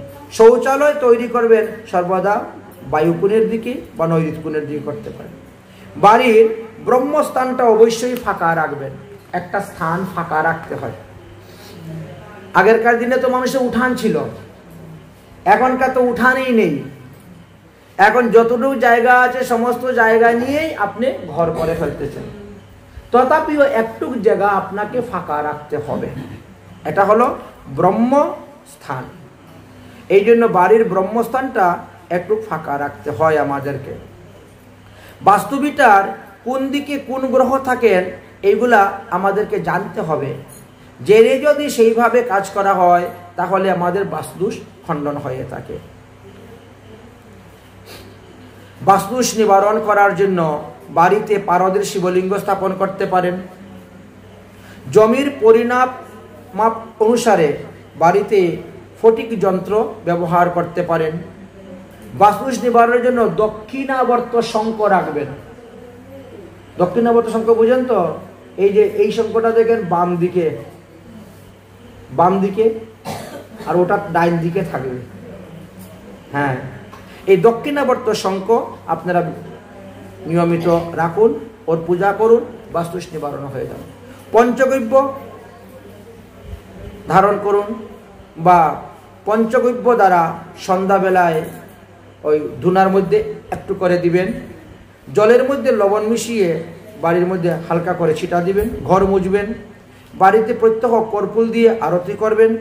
এগুলা বাস্তুদোষ নিবারণের জন্য অতি উত্তম। গৃহের মুখ্য দরজার দুই দিকে মেটে সিন্দুর দ্বারা আর ঘি দ্বারা স্বস্তিক চিহ্ন অঙ্কন করে রাখবেন। দরজার ঢুকেন, দরজার এই পাশে আর ওই পাশে দুটা স্বস্তিক চিহ্ন অঙ্কন করবেন, অথবা ওম লিখবেন, বা ঋদ্ধি সিদ্ধি শুভ লাভ ইত্যাদি রাখবেন। এইভাবে আমাদেরকে বাস্তুদোষ নিবারণের জন্য বেশ কিছু উপায় আমাদেরকে বলে গিয়েছেন। যদি অগ্নিকোণে রান্নাঘর কেউ না করে অন্যান্য দিকে রান্নাঘর করে ফেলেছেন তাহলে তার উপায় কি? তখন বলছেন নীল রঙের কিছু যন্ত্রের কথা বলছেন, বা ওই যেটা ওই গ্যাসের চুলার নিচটাকে আপনি সবুজ রং করে দেন। অনেকে কালো পাথর দেয়, অনেকে সাদা পাথর দেয়, সেইখানে সবুজ দিলে পরে আপনার দোষটা কেটে যাবে। আচ্ছা, ঈশান কোণে যদি কেউ রান্নাঘর করে ফেলে, বাস্তবে তো অগ্নিকোণে করার কথা, ঈশান কোণে করে ফেলেছে, তাহলে কি বলে রান্নার গ্যাস চুলার নিচে হলুদ রং করুন। আপনি হলুদ রং করে দিবেন চুলার নিচটা, তাহলে আপনার বাস্তুদোষ কেটে যাবে। এইভাবে কিছু বিধান বিধির কথা বর্ণন করে গিয়েছেন। যদি আপনার রান্নাঘর চুলা সবুজ রং করেন বা কিছু যন্ত্রের কথা বলছেন, এই যন্ত্র ওই রান্নাঘরের দরজার সামনে আপনাকে ঝুলিয়ে দিতে হবে, তাহলে আপনার দোষ কেটে যাবে। যে সমস্ত বাড়িতে প্রচুর পরিমাণ জায়গা আছে তারা উঠান বানাতে পারেন। উঠান বানানোর জন্য একটা নিয়ম দিয়েছেন। কি নিয়ম? যিনি বাড়ির মালিক তার হাত দ্বারা মাপা হবে দৈর্ঘ্য এবং প্রস্থ। আপনি কত হাত বানাবেন উঠানটা, আঙ্গিনার দৈর্ঘ্য এবং প্রস্থকে কি করবেন? যোগ করবেন। মনে করেন দৈর্ঘ্যটা হয়েছে আমার এখন 10 হাত, প্রস্থটা হয়তো হয়েছে 8 হাত, তাহলে 18 হাত হয়ে যাচ্ছে, যোগ করা হলো। তাকে আপনি 8 দিয়ে আবার গুণ করবেন। মানে উদাহরণস্বরূপ বলছি 18 হলো, তো একে 8 দিয়ে গুণ করতে হবে। গুণ করার পরে যে ফল হবে সেই ফলকে 9 দিয়ে আপনি ভাগ করবেন। ভাগ করার পরে যে অবশিষ্ট থাকবে ওই অবশিষ্টের উপরে আপনার বাস্তুদোষের কারণ হবে। যদি 1 অবশিষ্ট থাকে আপনার বাড়িতে চুরি হবে ঘন ঘন। যদি 2 অবশিষ্ট থাকে তাহলে আপনার ঐশ্বর্য দিন দিন বৃদ্ধি হবে। যদি 3 অবশিষ্ট থাকে তাহলে আপনার বুদ্ধির বিকাশ হইবে। যদি 4 অবশিষ্ট থাকে তাহলে আপনার ধর্মতে রুচি বাড়বে, ধর্মকর্ম করতে রুচি বাড়বে। যদি 5 অবশিষ্ট থাকে তাহলে আপনি রাজ সম্মান পাবেন, সবাই খুব আদর করে। যদি 6 অবশিষ্ট থাকে তাহলে স্ত্রী পুত্রগণ সব শান্তিতে থাকবে, রোগ সুখ ব্যাধি কম হইবে। যদি 7 অবশিষ্ট থাকে তাহলে ধন লাভ হইবে। আর যদি 8 অবশিষ্ট হয় তাহলে আবার দরিদ্র। এই উঠানের কারণেই আপনার দরিদ্রতা যাচ্ছে না। যদি 9 বা 0 হয় তাহলে চোর এবং পশু উভয়েরই ভয় উৎপন্ন হইবে, পশু থেকেও ভয়, চোর থেকেও ভয়। তাই আপনার বাড়িতে বাস্তুদোষ আছে কি না সেটা আপনি জানবেন কেমন করে? এইগুলা জানার কতগুলা পদ্ধতির কথা বলেছেন। এই জন্য গৃহ নির্মাণ করার সময় এইগুলা দেখতে হয়। আপনার বাড়িতে বাস্তুদোষ আছে কিনা এটা আপনি নিজেও বুঝতে পারবেন, জানতে পারবেন। যখন দেখবেন যোগ্যতা থাকা সত্ত্বেও আপনার চাকরি হচ্ছে না, মনে করবেন তাহলে কোনো বাস্তুদোষ পেয়ে গেছে। আগে ছিল না, এখন হয়েছে। কারণ আমরা তো অনেক সময় এদিকে ঘর ভেঙে ওইদিকে বানাই, এদিকের ঘরের দ্রব্য পরিবর্তন করে ওই দিকে রাখি, এখানে একটা গাছ উঠে গেল, সেখানে একটা গাছ উঠে গেল, বড় হচ্ছে, কাটি না, এইভাবে হয়ে যায়। তাই যখন দেখবেন আমার যোগ্যতা থাকা সত্ত্বেও আমি চাকরি পাচ্ছি না, মানে তার মানে কোনো একটা বাস্তুদোষ আমার বাড়িতে হচ্ছে। যদি বিবাহের জন্য যোগাযোগ করা সত্ত্বেও বহু চেষ্টা করতেও বিয়ে হচ্ছে না, ছেলে মেয়ে বিবাহের সময় পার হয়ে চলে যাচ্ছে, তথাপিও বহু চেষ্টা করে বিবাহ দেওয়া যাচ্ছে না, মনে করবেন তাহলে বাড়িতে বাস্তুদোষ ঢুকে গেছে। যদি সন্তানের পড়াশোনা সন্তান করতে চায় না, মেরে পিঠেও বসানো যায় না, লেখাপড়া করানো যাচ্ছে না, তাহলে মনে করবেন যে হ্যাঁ বাস্তুদোষ প্রবেশ করেছে। যোগ্যতা অনুযায়ী ফল পাচ্ছে না, তাহলে এখানে বাস্তুদোষ আছে। বাড়িতে সর্বদাই রূপ লেগেই আছে, একজনের রূপ ভালো হতে না হতে আরেকজনের রূপ দেখা যাচ্ছে, এইভাবে, তাহলে মনে করবেন বাস্তুদোষ হচ্ছে। আচ্ছা, বাড়িতে ঢুকলে পরে মাথা গরম হয়ে যায়। কিছু কিছু লোক আছে বাইরে খুব ভালো ব্যবহার করে, বাইরে খুব ভালো কথাবার্তা বলে, আর বাড়িতে আসলে পরেই ধরে কিলাই, এরকম হয় তো, মাথা গরম হয়ে যায়। বাড়িতে ঢুকলে পরেই মাথা গরম হয়ে যায়, তাহলে মনে করবেন কোনো বাস্তুদোষ আছে। স্বামী স্ত্রীর মধ্যে সর্বদা ঝামেলা লেগেই থাকে, তাহলে মনে করবেন সেখানেই বাস্তুদোষ আছে, চার শেষ হয়ে গেছে। আচ্ছা, বিবাহ করার পরে বহুদিন গত হয়ে যাচ্ছে, কোনো সন্তান আদি হচ্ছে না, বলছেন তাহলে মনে করবেন এখানে বাস্তুদোষ আছে। বাস্তুদোষের মূল কারণগুলো কি?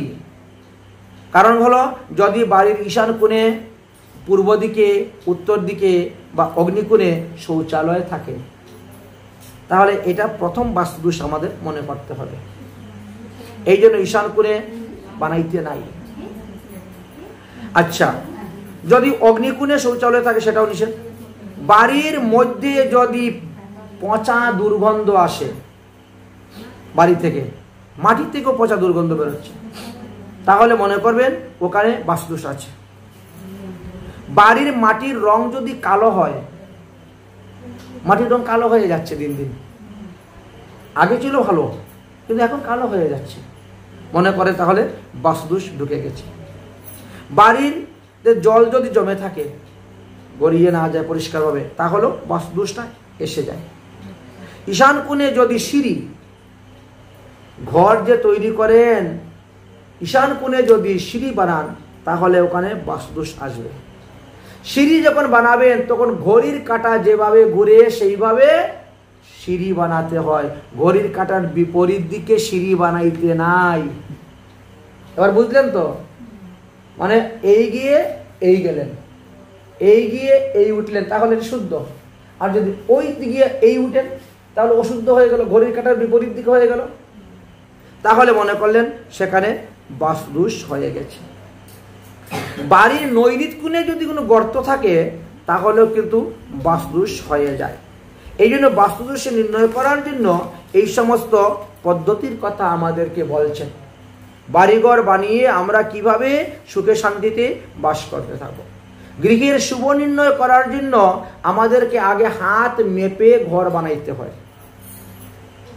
প্রয়োজন ধরে একটু জায়গা ছেড়ে দিব, হাত মেপে। যদি দৈর্ঘ্য এবং প্রস্থ অযুগ্ম হয় তাহা হইলে সুখ এবং সৌভাগ্য হয়। দৈর্ঘ্য প্রস্থ অযুগ্ম, অযুগ্ম বলতে মনে করেন এইদিকে আমার 11 হাত, ওইদিকে হয়তো 23 হাত, তাহলে দুটা বেজুর হলো। 11 হাতটাও বেজুর, 23 হাতটাও বেজুর, এটা উদাহরণস্বরূপ বলছি। আচ্ছা, তাহলে এইটা সুখবহ হয়। যদি দৈর্ঘ্য এবং প্রস্থ যুগ্ম হয় তাহলে বিপদ আসে। এইদিকেও 12 হাত, ওইদিকেও 22 হাত, তাহলে যুগ্ম যুগ্ম হয়ে গেল। তাহলে সেই ক্ষেত্রে আমাদেরকে অসুখ বিধা হাসে মিলিত হয়ে থাকে। তাই গৃহ ভূমির পরিমাণ আগে মেপে ঘর বানাইতে হয়। দৈর্ঘ্য প্রস্থ যদি যুগ্ম হয় তাহলে অর্ধ অস্ত হয়, অর্ধটাকে ধরা হয় না। এইভাবে কিছু গণনার কথা বলেছেন, যার কারণে আমাদের পুত্র নাশ হয়, বন্ধু নাশ হয়, রাজবয় হয় ইত্যাদির কথা বর্ণন করে গিয়েছেন। আরও কিছু আমাদের বিধান দিয়েছেন। আপনি যে জায়গাটা কিনেছেন, বাড়িটা কিনেছেন বা বানাবেন, জায়গাটা কিনেছেন, বাড়ির ভিটার যে মালিক তিনার হাত দিয়ে দৈর্ঘ্য প্রস্থ উভয়কে মাপতে হবে। দৈর্ঘ্য এবং প্রস্থকে যোগ করলেন, যোগ করার পরে যে আপনি 18 দ্বারা ভাগ করবেন, ভাগ করার পরে এইটা কতগুলো অবশিষ্ট থাকে এর উপরেই নির্ণয় করে শাস্ত্রে কতগুলা বিধানের কথা বর্ণন করে গিয়েছেন। সেই বিধান অনুসারে কখনো বাড়ির পেট ভাগ পরে, নরভাগ পরে, গন্ধর্ব ভাগ পরে, দেবভাগ পরে ইত্যাদিভাবে আলোচনা করা আছে। যদি 9 অবশিষ্ট থাকে তাহলে পেট ভাগ পড়বে। আচ্ছা, 9 ভাগে 8 ভাগ নরভাগ বলা হয়। এইভাবে ওই ভাগগুলাকে আমাদেরকে ত্যাগ করতে হয়। ত্যাগ করে যখন আমরা ঘর বানাবো তখন আমাদের ওই বাস্তুদোষগুলা নিবারণ হয়ে যায়। কিন্তু বর্তমান সময়ে ভূমির এত মূল্য যে কে কতটুকু ছাড়বে, ছাড়ার দ্বারা সম্ভব হয় না। এই জন্যই বললেন যে আরও কিছু পদ্ধতি আছে। আপনি যখন বাড়িঘর বানাবেন তখন আপনাকে দেখতে হবে যে কোন কোন মাসে বাড়িঘর বানাইলে আমার মঙ্গল হইবে, কোন কোন মাসে বাড়িঘর বানাইতে নাই। বর্তমান সময়ে এমন হয়েছে সরকার থেকে টাকা পাচ্ছে, এখনই ঘর বানাতে হবে, না হলে ঘর না দেখাইলে বাকি টাকা আসবে না। অল্প কিছু টাকা আপনার অ্যাকাউন্টে ঢুকলো, ঢুকার পরে আপনাকে কি বললো, আপনি ঘর বানান, ঘর না বানাইলে বাকি পয়সাটা আপনার আসবে না। এখন আপনার আর দিন তারিখ দেখার আর সময় নেই, তিথি দেখার সময় নেই, আপনি বাড়িঘর বানাতে শুরু করে দিলেন। এখন বাড়িঘর যে বানাবেন প্রত্যেকটা বাস্তুর মধ্যে একটা নাগ আছে, একে বলা হয় বাস্তু নাগ। এই বাস্তু নাগ সে কি করে, সে ভূমির নিচে শয়ন করে আছে। প্রতি 3 মাস পর পর তার পরিবর্তন হয় এবং বিপরীত দিকে পরিবর্তন হয়। অর্থাৎ পূর্ব দিকে যদি থাকে, পূর্ব দিক থেকে দক্ষিণে আসতে সোজা, ওটা ওইভাবে ঘুরে না। আমরা যেমন তুলসী পরিক্রমা করি, মন্দির পরিক্রমা করি ডাইন দিকে রেখে, কিন্তু বাস্তুনাগের পরিক্রমা হচ্ছে বাম দিকে, উল্টা। বাস্তুনাগ ইনি বাম দিকে সর্বদা পরিক্রমা করে থাকেন। এই জন্য আমাদেরকে বলছেন আপনারা যখন বাড়িঘর বানাবেন তখন দেখবেন বাড়ির ভিটার কোন ভিটাতে আগে ঘর বানাবেন।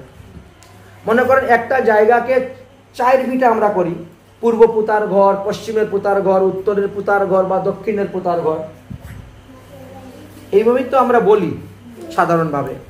এখন বলছেন ভাদ্র মাস, আশ্বিন মাস আর কার্তিক মাস, ভাদ্র, আশ্বিন, কার্তিক এই 3 মাস নাগের মাথা পূর্ব দিকে থাকে। এই জন্য এই 3 মাস পূর্ব পুতায় ঘর বানাইতে নাই।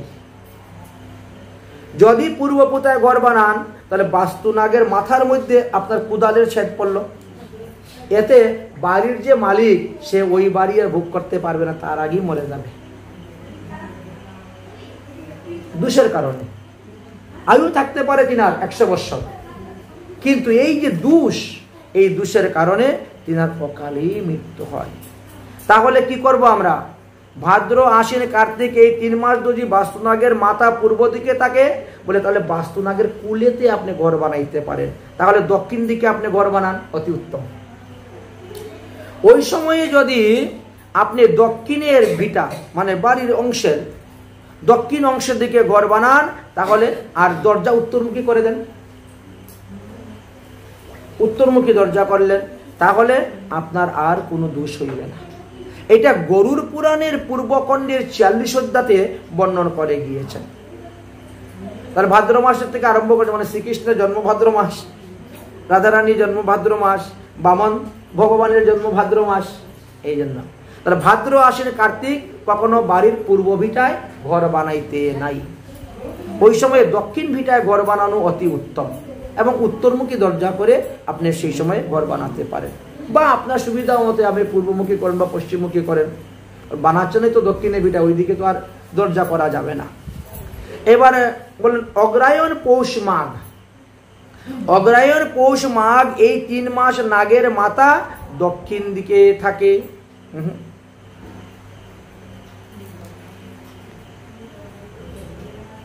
উত্তর দিকে হবে। হ্যাঁ, অগ্রায়ণ, পৌষ, মাঘ এই তিন মাস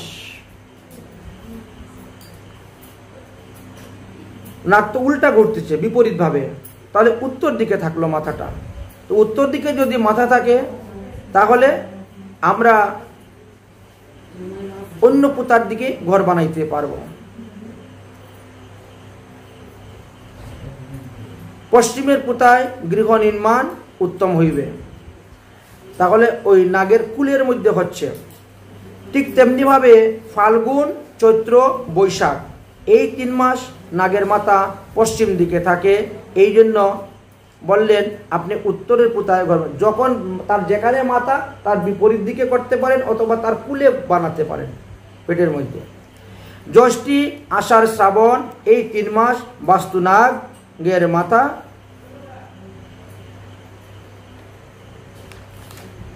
উত্তর দিকে থাকে। ভুল করছে এখানে,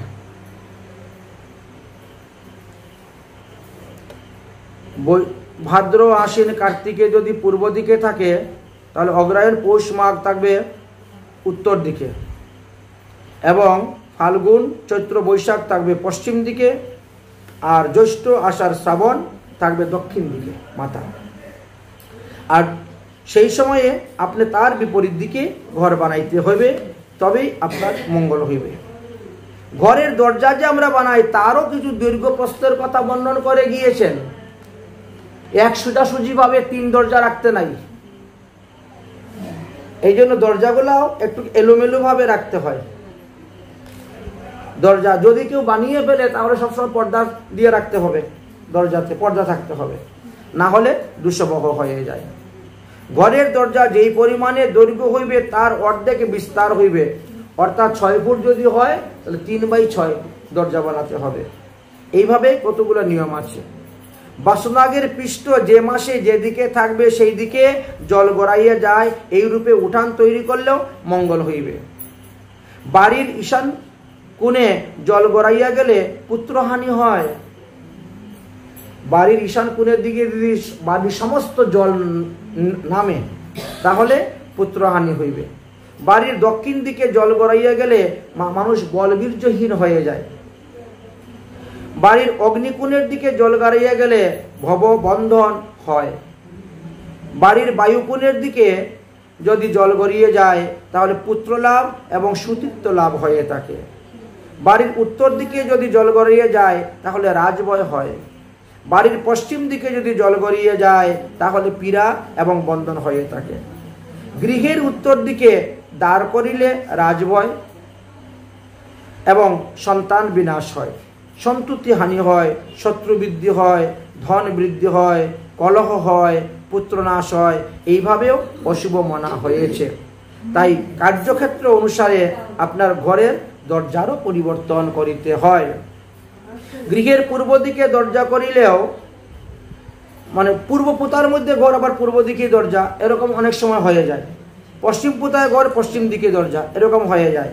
তো সেইগুলাকে একটু বিপরীতভাবে করতে হয়, তাহলে কন্যা সন্তান লাভ হবে, ধন লাভ হবে, সমৃদ্ধি লাভ হবে। এইভাবে আমাদেরকে শাস্ত্রে বর্ণন করে গিয়েছেন। গরুড় পুরাণ অনুসারে আমাদের দেখা গেল যে এইগুলোই নিয়ম যদি আমরা মেনে চলতে পারি, করতে পারি, তাহলে আমাদের বাস্তুদোষ নিবারণ হইবে। বাস্তুদেব সর্প আকারে তিনি অবস্থান করেন এবং বাম পাশে তিনি পরিবর্তন করিয়া থাকেন, এই কথা শাস্ত্রে বর্ণন করে গিয়েছেন। এবং বাস্তুদেব অনেকগুলি নাগের নাম আছে, বাস্তুনাগের নাম আছে, কোন কোন মাসে বাস্তুদেব যে থাকেন তার কি কি নাম আছে, এবং সেই অনুসারে আমরা তার সেবা বা পূজা দিয়ে থাকি। এই জন্য বাস্তু পূজা করা হয়। এবং বাস্তু পূজা নিবারণের জন্য এই 64 যুগিনী, যদি কেউ বাস্তু উল্টাপাল্টা তৈরি করে নিয়েছেন এবং সেটা নিবারণ করতে যাবে কিভাবে, তখন বলছেন এটা নিবারণ করার জন্য একমাত্র উপায় হলো এই 64 যুগিনী পূজা। বাস্তু পূজা, পৃথিবী পূজা এবং 64 যুগিনীর পূজা করবেন। এইভাবে যদি আপনারা পূজা করতে পারেন তাহলে কিছুটা আপনাদের বাস্তুদোষ নিবারণ হবে, আপনারা সুখ শান্তি লাভ করতে পারবেন। তাই শাস্ত্রে আমাদেরকে খুব সুন্দরভাবে বর্ণন করে গিয়েছেন। আপনারা যদি পারেন তাহলে বাস্তুগোপাল নামে একটা গ্রন্থ পাওয়া যায়, নামটা হলো বাস্তুগোপাল। এই গ্রন্থটা যদি আনেন এবং আপনারা পড়েন তাহলে বুঝতে পারবেন যে আমাদের বাস্তুদোষ নিবারণের উপায় কি, এবং যারা নতুন ঘর বানাবেন তারা এই বাস্তুদোষটা নির্ণয় করেই তারা তখন ঘর বানাইবেন। ঘরের কিন্তু কিছু আয় ব্যয়ও আছে, তার হিসাব আছে। আপনি যে ঘর বানিয়েছেন এটা কত হাত দৈর্ঘ্য এবং কত হাত প্রস্থ, এটা মাপে একে যোগ করতে হবে। যোগ করার পরে 27 দিয়ে ভাগ করতে হবে। ভাগ করলে পরে এই যে বাড়ির আপনার একটা নক্ষত্র নির্ণয় হবে। এই নক্ষত্রের উপর নির্ণয় করে তারপরে গৃহের আয় ব্যয় নির্ণয় করা হয়। এই যে ঘরটা বানানো হয়েছে, যেই ঘরেতে আপনি বাস করতেছেন, বাড়ির যিনি মালিক তিনি নিজের হাতে দৈর্ঘ্য এবং প্রস্থ মাপবেন। দৈর্ঘ্য প্রস্থ মাপার পরে যতটা হইবে তাকে 8 দিয়ে তিনি ভাগ করবেন। 8 দিয়ে ভাগ করার পরে যেটা অবশিষ্ট হবে ওটা হলো তিনার বাড়ির আয়। এখন মনে করেন কেউ আয় বেরিয়েছে 1 টাকা, উদাহরণস্বরূপ। এখন ব্যয়টাও বিচার করতে হবে। এখন ব্যয় বিচার হবে এই যে নক্ষত্রের কথা বললাম, এই নক্ষত্র গণনা করার পরে নক্ষত্রকে 8 দিয়ে ভাগ করার পরে যে অবশিষ্ট থাকবে তার নাম হলো ব্যয়। এখন ব্যয়ের ক্ষেত্রে যদি অবশিষ্ট 2 হয়ে যায় তাহলে আপনার 1 টাকা আয় হবে, 2 টাকা ব্যয় হবে। আপনি এই বাড়িতে উন্নতিই করতে পারবেন না। তখন কি করতে হবে, আপনাকে আরো 4 হাত বাড়াতে হবে, কিন্তু জায়গা তো নাই আপনার। আপনি 4 হাত বাড়াবেন কোথা থেকে, জায়গা তো নেই। এই জন্য বাড়ি ঘর তৈরি করার সময় আগেই আমাদেরকে দেখে নিতে হয় যে এত হাত বা এত হাত যদি বাড়ি বানাই তাহলে আমার কতটা আয় হবে, কতটা ব্যয় হবে। সবসময় লক্ষ্য রাখতে হবে আয়ের থেকে ব্যয়ের সংখ্যা যাতে কম থাকে। 1 টাকা যদি আমার আয় হয় তাহলে 40 পয়সা ব্যয়, 50 পয়সা ব্যয় বা 60 পয়সা ব্যয়, তাহলে কিছুটা আমি সঞ্চয় করে রাখতে পারবো। এইগুলি বাস্তু ভিটার উপরে নির্ণয় করা হয়েছে। এই জন্যই পণ্ডিতদের সঙ্গে আলোচনা করে আমরা এই সমস্ত কাজ করে থাকি। তারপরে গৃহপ্রবেশের বিধির কথা যে আলোচনা করা হয়েছে, সেই গৃহপ্রবেশের বিধির দ্বারাও, বিধানের দ্বারাও, বিভিন্ন পূজা পাঠের দ্বারাও আমরা কিছুটা বাস্তুদোষ নিবারণ করতে পারি, বা বিভিন্ন প্রকার যন্ত্র ধারণের দ্বারাও বাস্তুদোষ নিবারণ করা যায়। এইভাবে বাস্তুগোপাল নামক গ্রন্থেতে আলোচনা করে গিয়েছেন। কোন বাস্তুতে কি কি দোষ আছে সেইগুলা জেনে তার যদি প্রতিকার করেন তাহলে অবশ্যই ওই বাড়িতে সুখ সমৃদ্ধি আসবে। এই সুখ সমৃদ্ধি আসার জন্যই বাড়ি গৃহের বাস্তুদোষ নির্ণয় করে কাজ করতে হয় এবং হোম যজ্ঞ আদি করতে হয়। হোম যজ্ঞের মাধ্যমে অন্যান্য দেবদেবীদেরকে আমরা তাদেরকে খাবার দেওয়া হয় এমনি আমরা পূজা করলাম। আর অগ্নি দেবতা সমস্ত দেবদেবীদের খাবার পৌঁছিয়ে দেন, অগ্নি দেবতা। এই জন্য অগ্নির মাধ্যমে আমরা সোহা সোহা বলে ঘি প্রদান করি, পায়াস দেই বা চরু দেই, সেটা দেবদেবীর কাছে পৌঁছিয়ে দেন অগ্নি দেবতা। আচ্ছা, অগ্নি দেবতা কিন্তু আমাদের 49 জন আছেন, একজন দুজন নয় অগ্নি, 49 জন অগ্নি দেবতা আছেন। এখন কোন অগ্নি কোথায় কোন কাজে ব্যবহার করতে হবে এটা তো একমাত্র বিদ্বান পণ্ডিত ব্রাহ্মণরাই জানেন, অন্যরা তো কেউ জানেন না। এই যে আমরা ভাগবত সপ্তাহ করি, ভাগবত সপ্তাহের পরে আমাদের হোমযজ্ঞ করতে হয়। সেই হোমযজ্ঞের মধ্যে মীর নামক অগ্নি স্থাপন করে হোমযজ্ঞ করতে হয়। যদি কারো মন্দির প্রতিষ্ঠা করে, বিগ্রহ প্রতিষ্ঠা করতে হয়, তাহলে সেই সময়ে বৈষ্ণব নামক অগ্নিকে স্থাপন করে বিগ্রহ প্রতিষ্ঠা করে। আপনাদের যে বিবাহ দেন মেয়ে, কন্যা বিবাহের সময় বরকন্যা বিবাহের দিনে কি হয়, যুজক নামক অগ্নি স্থাপন করে এখানে হোমযজ্ঞ করা হয়। বিবাহের পরের দিন বাসী বিবাহ, সেই দিন ধীতি নামক অগ্নি স্থাপন করে হোমযজ্ঞ করা হয়। বরের বাড়িতে যাওয়ার পরে যে চতুর্থ মঙ্গল বা বউ ভাত বলে, এখন সোজা সাজা চতুর্থ মঙ্গল বলে বুঝবে না, হ্যাঁ, সেই দিনও একটি যজ্ঞ করতে হয়, হোমযজ্ঞ। সেখানে শিকা নামক অগ্নি স্থাপন করে হোমযজ্ঞ করতে হয়।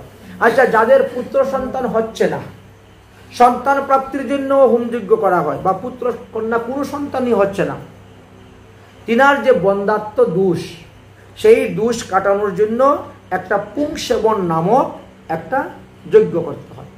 ওই যজ্ঞতে আমাদেরকে চন্দ্র নামক অগ্নি স্থাপন করে হোমযজ্ঞ করালে পরে তিনার পুত্র সন্তান বা কন্যা সন্তান হবে। এবার বললেন সমিন্নকরণ, মানে মাতৃগর্ভে শিশু থাকার পরে সময়ে 6 মাস বা 8 মাস যখন শিশু মাতৃগর্ভে থাকে, সেই সময়ে একটা যজ্ঞ করতে হয়, এবং সেই যজ্ঞতে মঙ্গল নামক অগ্নি স্থাপন করে যজ্ঞ করতে হয়। আচ্ছা, সন্তান জন্ম হল সময়ে, নবজাত শিশু যখন জন্মের সময় এসে গেছে, মানে 2-3 দিনের মধ্যেই তার জন্ম হবে, সেই সময়ে একটা যজ্ঞ আছে। সেই যজ্ঞতে পার্থিব্য নামক অগ্নি স্থাপন করে যজ্ঞ করবেন, অনায়াসে সন্তান বর্ষ হবে। কিন্তু আমরা তো এইগুলা করি না, ডাক্তারকে 1000 টাকা দিয়ে দিব, ডাক্তারকে 1000 টাকা দিয়ে দিব, একজনে সিজার করতে গেলে কত টাকা খরচ হয়। কিন্তু ধর্মকর্মের দিকে আমরা যাব না, এইগুলা করতে যাব না। এই যে সন্তানের শিশু অন্নপ্রাশন করে, অনেকে অন্নপ্রাশন তো সবাই করে, অন্নপ্রাশন, অন্নপ্রাশনের দিনও এরকম হোমযজ্ঞ করতে হয়, এবং সেই হোমযজ্ঞের মধ্যে সূচি নামক অগ্নি স্থাপন করে হোমযজ্ঞ করা হয়। শিশুর জন্মতিথি তো সবাই পালন করেন, হ্যাপি বার্থডে টু ইউ, কত নাচানাচি হয়ে যায়, মোমবাতি জ্বালানো, কেক কাটা, হ্যাঁ কত আনন্দ। কিন্তু ধর্মকর্মের দিকে দেখেন, বলছে ওই দিন একটা যজ্ঞ করতে হয়, যজ্ঞ করতে হয়, বৈষ্ণব সেবা দিতে হয়, বৈষ্ণব অধরামৃত দিয়ে শিশুকে অন্নপ্রাশন করতে হয়, এই জন্মতিথি পালন করতে হয়। কিন্তু আমাদের তো না, আমরা আর উল্টা করি, প্রথমে মোমবাতি জ্বালাবো, আর পরে মোমবাতি নিভাই দিব ফু দিয়ে, আর কেক কাটবো। মানে তুমি জ্ঞানের আলো দেখিও না, জ্ঞানের আলো দেখলে তো বাবাজি হয়ে চলে যাবে সংসার ত্যাগ করে, তা আমাকে মাছ এনে খাওয়াবে কে? এই তো, এই জন্য ছেলে মেয়েকে অজ্ঞান অন্ধকারে রাখার জন্য মোমবাতিটা আগে ফু দিয়ে নিভিয়ে দিই, তারপরে কেক কাটে খা অন্ধকারের মধ্যে। আলো দেখাতে নাই, আলো দেখাইলে তো সাধু হয়ে যাবে, তখন তো বিপদ। তাই বলছেন জন্ম, ছেলে মেয়েদের জন্মতিথির দিন হোমযজ্ঞ করবেন, ভগবানের সেবা দিবেন, সাধু সেবা বৈষ্ণব সেবা দিবেন, আর সেই সাধু বৈষ্ণবের আশীর্বাদ পাবে, এতে ছেলে মেয়ের মঙ্গল হবে। এই যে শিশুর মস্তক মুন্ডন করেন না আপনারা, শিশুর মস্তক মুন্ডন যেদিন করা হয় এটাকে বলা হয় চূড়াকরণ। 16 সংস্কারের মধ্যে দেখবেন চূড়াকরণ লেখা আছে পঞ্জিকায়। ওই দিন সত্য নামক অগ্নি স্থাপন করে যজ্ঞ করে তারপরে তার মস্তক মুন্ডন করতে হয়। উপনয়ন সংস্কার, ব্রাহ্মণ ক্ষত্রিয় বৈশ্য 3 বর্ণেরই উপনয়ন সংস্কার আছে। উপনয়ন সংস্কারের সময় সম্বুধ নামক অগ্নি স্থাপন করতে হয়, কিন্তু আজকালকে তো উপনয়ন উঠেই যাচ্ছে, বুঝলেন। আজকালকে গলার মধ্যে পইতে একটা জুলাইলি ব্রাহ্মণ হয়ে গেছে, উপনয়ন হোক আর না হোক, বুঝেছেন? এই যে দেবনাথ রুদ্রজ ব্রাহ্মণ, রুদ্রজ ব্রাহ্মণ তো দেবনাথের মধ্যে কয়টা ছেলের উপনয়ন সংস্কার হচ্ছে? এখন হচ্ছেই না, উঠেই চলে যাচ্ছে। ওই বিয়ের সময় ব্রাহ্মণ আসলো, পইতে একটা জুলাই দিল, এইটাই গলায় রেখে দিল, শেষ হয়ে গেছে। না তো, ওরকম ভাবে তো বিধান নেই। উপনয়ন সংস্কারের সময় সম্বুধ নামক অগ্নি স্থাপন করা হয়। উপনয়নের 3 দিন 3 রকম হোমযজ্ঞ হয়ে থাকে। উপনয়নের তৃতীয় দিবসে সমবর্ত নামক অগ্নি স্থাপন করে হোমযজ্ঞ করতে হয়। সন্তান প্রসব যখন আসে, সন্তান প্রসবের আসন্ন সময়ে বধূ যাতে সুখে সন্তান প্রসব করতে পারে, এই জন্য লৌকিক নামক অগ্নি স্থাপন করে হোমযজ্ঞ করতে, মঙ্গল নামক অগ্নি স্থাপন করে হোমযজ্ঞ করতে হয়। গৃহস্থ আশ্রমে যারা আছেন তারা যদি মারা যায় তাহলে লৌকিক নামক অগ্নি স্থাপন করে তাদের দাহ সংস্কার করতে হয়। যাদের উপনয়ন সংস্কার হয় নাই তারা মারা গেলে পরে কাব্যাত নামক অগ্নি স্থাপন করে তাদের দাহ সংস্কার করতে হয়। যাদের উপনয়ন সংস্কার হয়ে গিয়েছে তাদেরকে সুত্তা নামক অগ্নি স্থাপন করে হোমযজ্ঞ করতে হয়। আর উপনয়ন সংস্কার নাই বা যারা শূদ্রদের দেহ মারা গেলে পরে তাদেরকে আহুতি নামক অগ্নি স্থাপন করে তাদের দাহ সংস্কার করতে হয়। শূদ্র থেকে আরো নিচু যারা অন্তজ তারা যদি মারা যায় তাহলে অনাহুতি নামক অগ্নি স্থাপন করে তার দাহ সংস্কার করতে হয়। এখন তো কারেন্টের চলে এসেছে সব জায়গায়, এখন আর সেই তন্ত্রমন্ত্রেরও দরকার নেই, বাস কারেন্টের চুলা ঢুকাও, কাজ হয়ে গিয়েছে। অন্তজ এই যে শ্রাদ্ধের দিবসেও একটা হোমযজ্ঞ আছে। শ্রাদ্ধের দিবসে যে হোমযজ্ঞ করা হয় সেখানে মূঢ় নামক অগ্নি স্থাপন করে হোমযজ্ঞ করতে হয়। শ্রাদ্ধের যে অন্ন রান্না করা হয় সেই অন্ন রান্না করার সময় পিণ্ডিদানের জন্য শাল্যাগ্নি নামক অগ্নি স্থাপন করে ওই পিণ্ডি তৈরি করতে হয়, রান্না করতে হয়। এবং আমরা যে ঠাকুরের রান্না করি, যারা ভগবানের জন্য ভোগ রান্না করেন, ভোগ রান্নার সময়ে কি করবেন আপনারা? অগ্নি দেবতাকে ডাকবেন হবি নামক অগ্নি। আগচ্ছ রাধে বৃন্দাবনেশ্বরী শ্রীকৃষ্ণার্থে কিয়তাং পাকম সুস্বাদ্য অন্ন চতুর্বিধম বলে প্রণাম করে হবি নামক অগ্নিকে আহ্বান করে রান্না আরম্ভ করবেন। দেখবেন রান্না বড় সুস্বাদ্য হবে, খুব ভালো হবে, ভগবানের প্রসাদ। এই জন্য হবি নামক অগ্নি স্থাপন করে রান্না করতে। আচ্ছা, এখন যদি কাউকে মারতে চান, আগেরকার দিনে তো এরকম তন্ত্রশাস্ত্র ছিল, মারণ, উচাটন, বশীকরণ ইত্যাদি বেবিচারী যজ্ঞ তো হতো, এখনো হয় করে কেউ কেউ। তাহলে দক্ষিণাবর্ত অগ্নি স্থাপন করে এই সমস্ত কাজ করা হয়। কাঠে কাঠে ঘর্ষণ করলে অগ্নি প্রকট হয় তো, এই অগ্নির নাম হলো দাবাগ্নি। আমাদের বৃন্দাবনে আজ থেকে 500 বছর আগে রাধা রমন বিগ্রহ প্রতিষ্ঠা হয়েছিল। রাধা রমন বিগ্রহ যখন গোপাল ভট্ট গোস্বামীর কাছে প্রকট হলেন, তখন কাঠে কাঠে ঘর্ষণ করে যে অগ্নি প্রকট হয়েছিল, সেই অগ্নিতে হোমকার্য করে রাখা হয়েছিল, সেই অগ্নি এখনো আছে। মানে 500 বছর ধরে এই মন্দিরের মধ্যে একটা মেসের কাঠি পর্যন্ত কেউ মারে নাই, একটা মেসের খরচ নেই। ওই অগ্নি থেকে নিয়েই রান্না হয়, ওই অগ্নি থেকে নিয়েই ঠাকুরের আরতি হয়, সবকিছু ওই 500 বছর আগের স্থাপন করা অগ্নি। আর আমরা কি করি? আমরা এক প্রদীপ জ্বালাইলে আরেক প্রদীপ ওইটার থেকে আর আগুন নেই না, আরেকটা দিয়াশলাই মারবো, আরেকটা দিয়াশলাই। আরে পঞ্চপ্রদীপ তো তুমি লাগিয়েছো, পঞ্চপ্রদীপের মধ্যে 5টা, মনে করেন একটা প্রদীপ বা 2টা প্রদীপ আপনি জ্বালিয়েছেন, বাকি 3টা জ্বালাইবার সময় খালি মেস মারতেই থাকি মেসের কাঠি, ওটার থেকে ওটা নিলেও দোষ হবে না, হয় না দোষ। লিখেছেন 500 বছর আগের স্থাপন করা অগ্নি, সেই অগ্নি দিয়ে প্রতিদিন 5 বার আরতি হচ্ছে, সেই অগ্নি দিয়েই নিয়ে এখান থেকে অগ্নি নিয়ে প্রতিদিন রান্না করা হচ্ছে। আচ্ছা, এইবার বলছেন আমাদের পেটের ভিতরেও কিন্তু একটা অগ্নি আছে, জঠর অগ্নি। আমরা যা কিছু খাই সব হজম করে দিচ্ছেন। হ্যাঁ, সমুদ্রের মধ্যেও কিন্তু অগ্নি আছে, তাকে কি বলা হয়? বারবানল বলা হয়। ভগবান বিষ্ণু সুদর্শন চক্রের মধ্যেও অগ্নি আছে, যে তাপে লুকতে এটা পাবক অগ্নি বলা হয়। আচ্ছা, ভীমের পেটের মধ্যে তো অগ্নি ছিলেন, বৃক্ষাগ্নি বলা হয়, এই জন্য তাদেরকে বারবার খেতে হতো। হ্যাঁ, শ্রীমদ্ ভগবদ গীতায় ভগবান শ্রীকৃষ্ণ বলছেন পাবনাগ্নি, এই যে গীতার 10ম অধ্যায় 23 নম্বর শ্লোকেতে, সমস্ত অগ্নির মধ্যে আমি হলাম পাবনাগ্নি, বুঝেছেন? এটা ভগবান শ্রীকৃষ্ণ। শ্রীমদ্ ভাগবত মহাপুরাণের 9ম স্কন্ধের 14 অধ্যায়ের 36 নম্বর শ্লোকেতে জাতবেদ নামক অগ্নির কথা আলোচনা করা হয়েছে। এইভাবে অগ্নি আমাদের 49 প্রকার আছে। আমরা বৈশিষ্ট্য মুনির দণ্ড থেকে অগ্নি বেরিয়ে গেল, আর বিশ্বামিত্রের 100 পুত্র মারা গেল, দণ্ডাগ্নি, দণ্ড থেকে অগ্নি প্রকট হয়ে গেল। মহাদেবের যখন ক্রোধ হস্ত তৃতীয় নেত্র খুলে গেল, সেখান থেকে বেরোলো ক্রোধাগ্নি, আর যার দ্বারা কামদেব ভস্মীভূত হয়ে গিয়েছিলেন। ভগবান কপিল দেবের ললাট থেকে বেরোলো ক্রোধাগ্নি, যে অগ্নির দ্বারা সগর রাজার 60,000 পুত্র জলে পুড়ে ভস্ম হয়ে গেছিল। আচ্ছা, মেঘে মেঘে ঘর্ষণের দ্বারাও অগ্নি সৃষ্টি হয়, বিদ্যুৎ বলি আমরা, হ্যাঁ, বিদ্যুৎ চমকাচ্ছে, বাস পড়তেছে, সেটা হলো বজ্রাগ্নি। এইভাবে 49 অগ্নির কথা বর্ণন করে গিয়েছেন।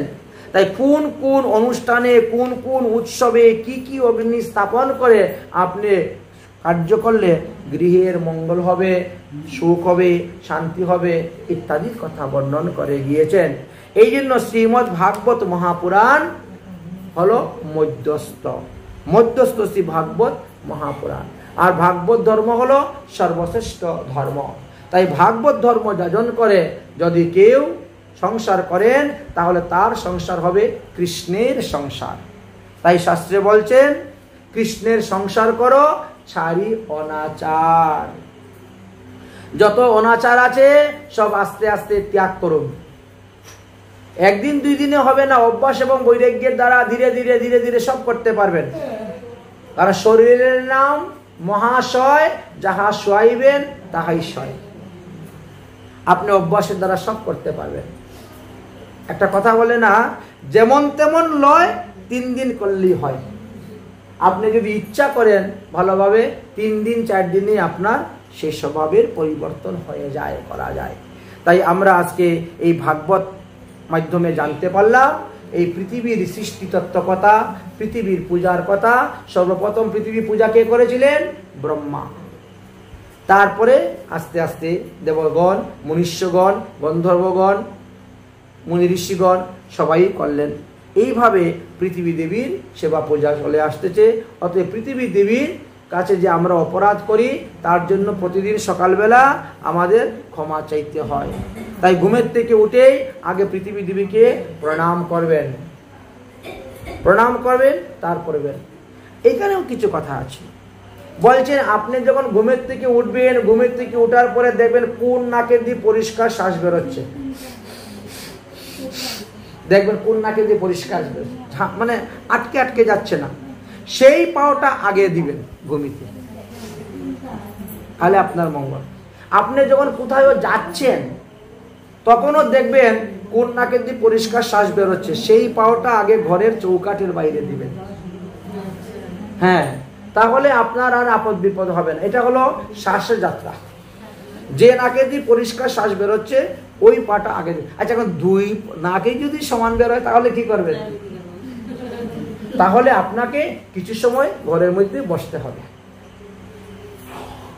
তখনই দেখবেন আপনার শ্বাসের পরিবর্তন হয়ে যাচ্ছে, সময়টা নিতে হবে, তাহলে আপনার মঙ্গল হবে। আর গতকালকে আমরা আলোচনাই করেছি, যখনই ঘর থেকে বেরোবেন তখন গমনে বামনে স্টৈব সর্বকার্যেষু মাধব বলে ঘর থেকে বেরিয়ে যাবেন। আর যদি দূর দেশে যান তাহলে ত্রিবিক্রমায় নমঃ বলে ঘর থেকে বেরিয়ে যাবেন। আর বাজার হাটে যাচ্ছেন, স্কুল কলেজে যাচ্ছেন, এটা নিকটেই, তাহলে বামন দেবায় নমঃ, আর দূর দেশে গেলে ত্রিবিক্রমায় নমঃ বলে ঘর থেকে পা দিয়ে বেরোবেন, তাহলেই আপনার মঙ্গল হয়ে গেল। এই জন্য ঘরের মধ্যে কোন কোন স্থানে কি কি দ্রব্য রাখলে ঘরের বাস্তুদোষ নিবারণ হয়ে যায়, এইগুলো সম্পর্কেও আলোচনা করা আছে। আপনার ড্রেসিং টেবিল কোথায় রাখবেন, আপনার ডাইনিং রুম কোথায় রাখবেন, আপনার টিভি কোথায় রাখবেন, আপনার গ্রন্থ কোথায় রাখবেন, সব কথা লেখা আছে। এই জন্য বাস্তুগোপাল গ্রন্থ আনবেন, ওটা পড়বেন, আপনারা নিজেরাই নিজেদের বাস্তুদোষ নিবারণ করে সুখে জীবনযাপন করতে পারবেন। আজকের মতো ভগবতীয় কথা আমরা এখানেই বিশ্রাম দিলাম। জয় জয় শ্রী রাধেশ্যাম, নিতাই গৌর হরি। এইভাবে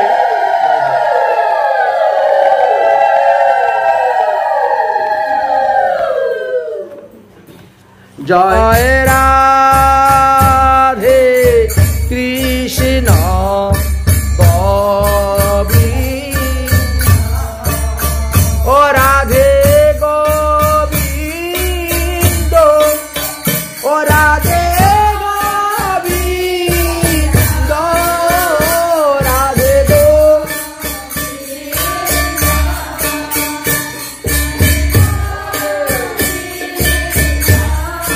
জয় জয় রাধে কৃষ্ণ গোবিন্দ, জয় জয়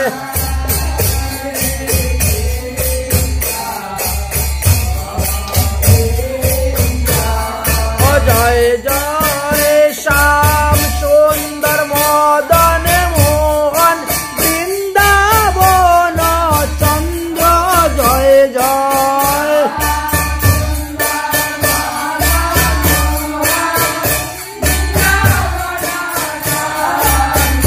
জয় জয় রাধা রমন রাশি বিহারী শ্রী গোকুলানন্দ, জয় জয়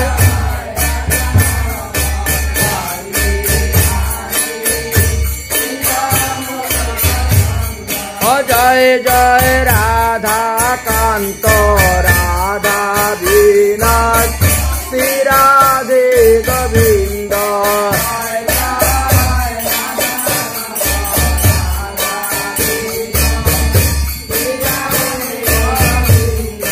জয় জয় রাশেশ্বরী বিনোদিনী রায়।